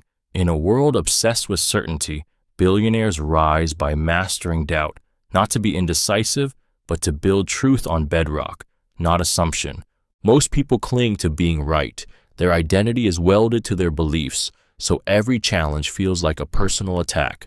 But epistemic humility creates separation. I am not my idea. If it's wrong, I can grow. If it's incomplete, I can refine. This mindset doesn't slow you down. It sharpens you, because now you don't need to defend ego. You can upgrade systems. Billionaires surround themselves with people who challenge their thinking, not echo it. They ask, what am I missing? Who disagrees with me? And why? They read broadly, audit assumptions, and remain students, especially in rooms where others perform as experts, because they know real power isn't in certainty. It's in the ability to pivot, adapt, and update faster than anyone else. Epistemic humility is also protection. It shields you from overconfidence, from fragile success built on unexamined assumptions. It turns black swans into data points. It turns mistakes into compounding wisdom. The loudest people crave to be right. The smartest people crave to know better. And once you drop the need to be infallible, you become something much rarer, accurate, over and over again, because you stopped proving and started listening. Over-deliver on first impression. Over-deliver on first impression is the shockwave strategy that resets how people perceive your value forever. It's not just about being good. It's about hitting so hard, so clean, and so unexpectedly on the very first touch point that they recalibrate what they thought was possible. Billionaires use this tactic not for applause, but for leverage, because once someone upgrades their internal model of you, everything after gets easier. Most people aim to meet expectations, to do well, but when you over-deliver out of the gate with clarity, insight, design, generosity, precision, you don't just impress, you disrupt. The client leans in, the investor cancels their next meeting, the recruiter stops comparing resumes, because in a sea of average, excellence at first contact punches through like lightning. This is how momentum starts before you have size. A deck so tight it speaks like a team of 10. A cold email that feels warmer than a referral. A prototype that doesn't just work, it wows. The person on the other end goes from, who is this, to, how do I get more of this? And suddenly, the asymmetry flips in your favor. Billionaires don't over-deliver to be liked. They do it to establish altitude, because once you're seen as exceptional, the margin of trust expands. The room to lead widens, the resistance drops, and people stop negotiating your worth. One shot, that's all you get in most high-stakes rooms. Over-deliver on the first impression, and you won't need to introduce yourself twice. The standard is set, and now the world adjusts to you.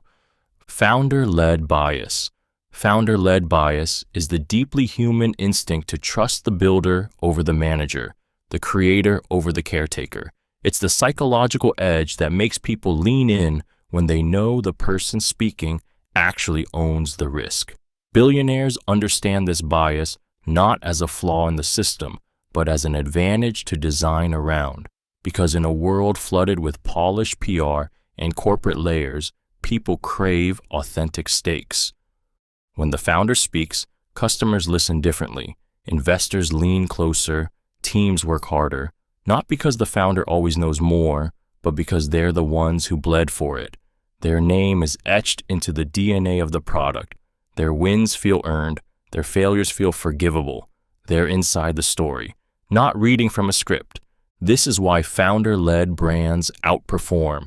It's why we buy from Elon, trust Sarah Blakely, listen to Bezos, follow Naval, not just because of their products, but because we believe they care more. Bureaucrats optimize, founders believe, and that belief is magnetic. Billionaires bake this bias into their strategy. They stay visible. They write their own memos. They show their face when things go wrong. They own the downside, and that makes the upside feel real. Even when they scale, they maintain founder energy, direct, imperfect, accountable. Founder-led bias isn't about ego. It's about alignment. It's about knowing that when the person building is also the person betting, it changes the way people trust, follow, and buy. Because in a world of corporate mass, the founder is the one face that still feels human. Positive sum mindset. The positive sum mindset is the quiet force that separates empire builders from ego-driven competitors. It's the unshakable belief that value is not a fixed pie, that when smart, driven people come together, everyone can win, and the pie itself can expand beyond what anyone imagined alone. Billionaires don't just tolerate collaboration, they engineer it because they know the fastest way to grow is to build with others, not against them. Most people operate in zero-sum games. If you win, I lose. If you grow, I shrink. This scarcity lens infects how they negotiate, partner, even think. But the elite have broken that frame. They understand that the biggest breakthroughs, the wildest innovations, the most resilient companies come from alignment, not isolation. They partner with former rivals, share audiences, mentor upstarts, not because they're soft, but because they know the return on synergy crushes the return on secrecy. The positive sum mindset flips competition into collaboration.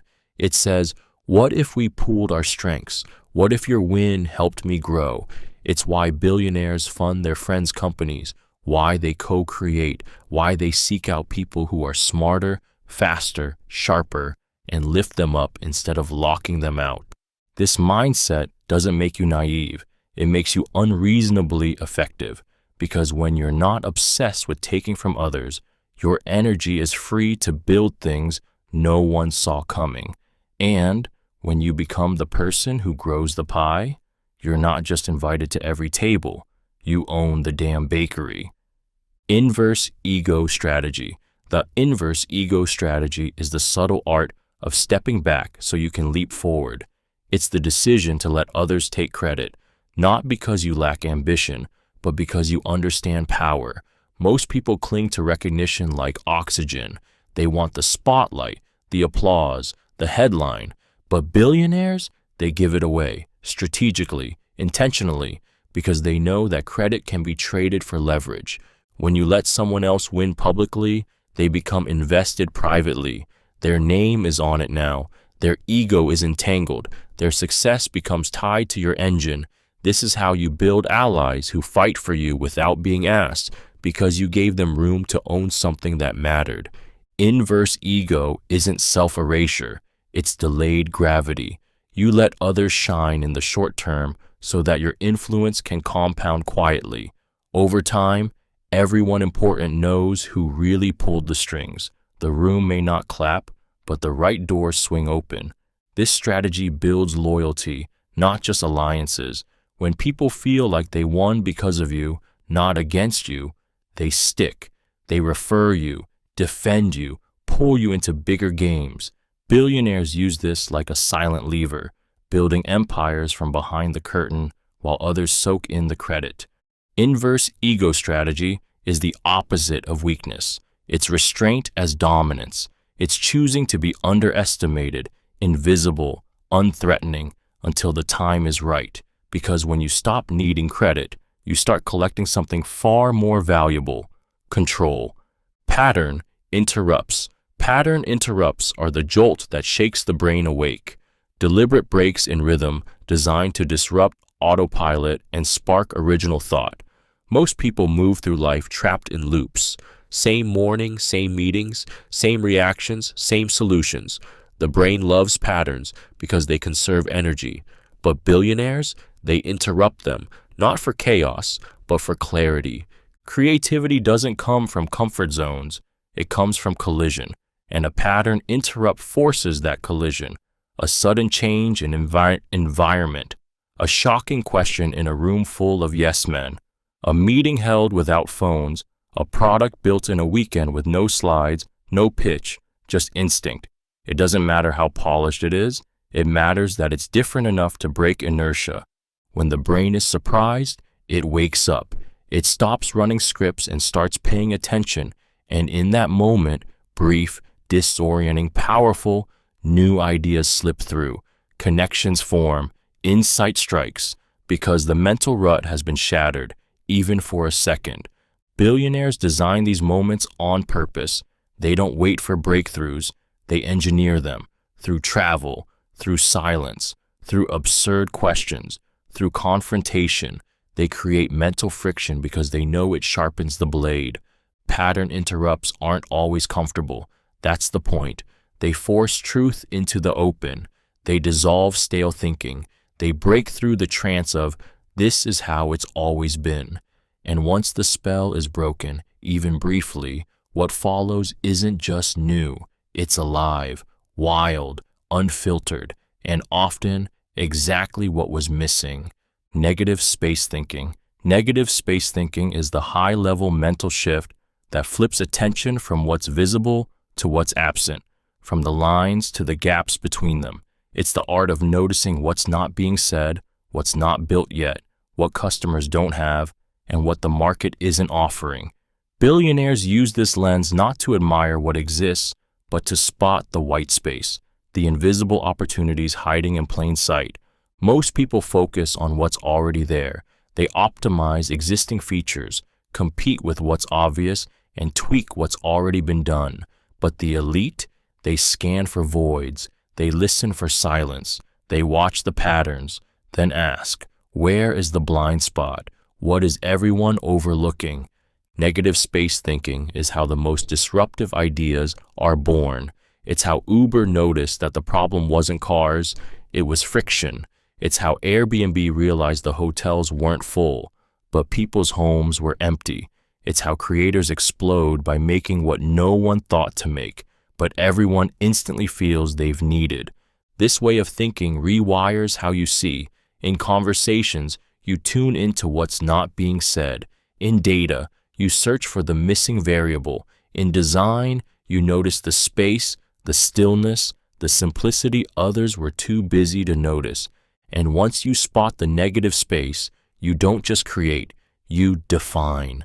You become the one who sees around corners, the one who answers questions no one thought to ask. Because in a world obsessed with noise, power lies in seeing the silence. Deconstruction.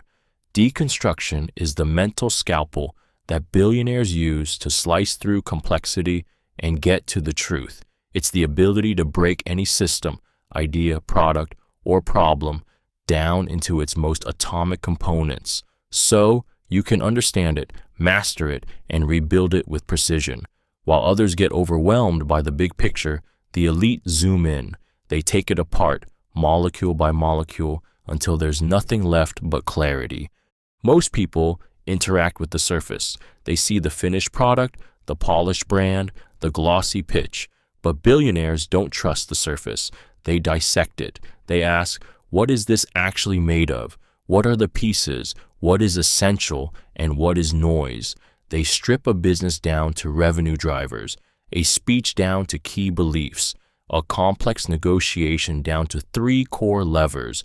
Deconstruction isn't destruction, it's liberation. It frees you from assumptions, from legacy, from mental bloat. It reveals what matters and exposes what doesn't. When you break something apart with intention, you rebuild not as a copy, but as a weaponized original. The best product builders don't copy competitors. They deconstruct them, learn the DNA, and then innovate from first principles. The best thinkers don't memorize. They break ideas into logic blocks and reassemble them as tools.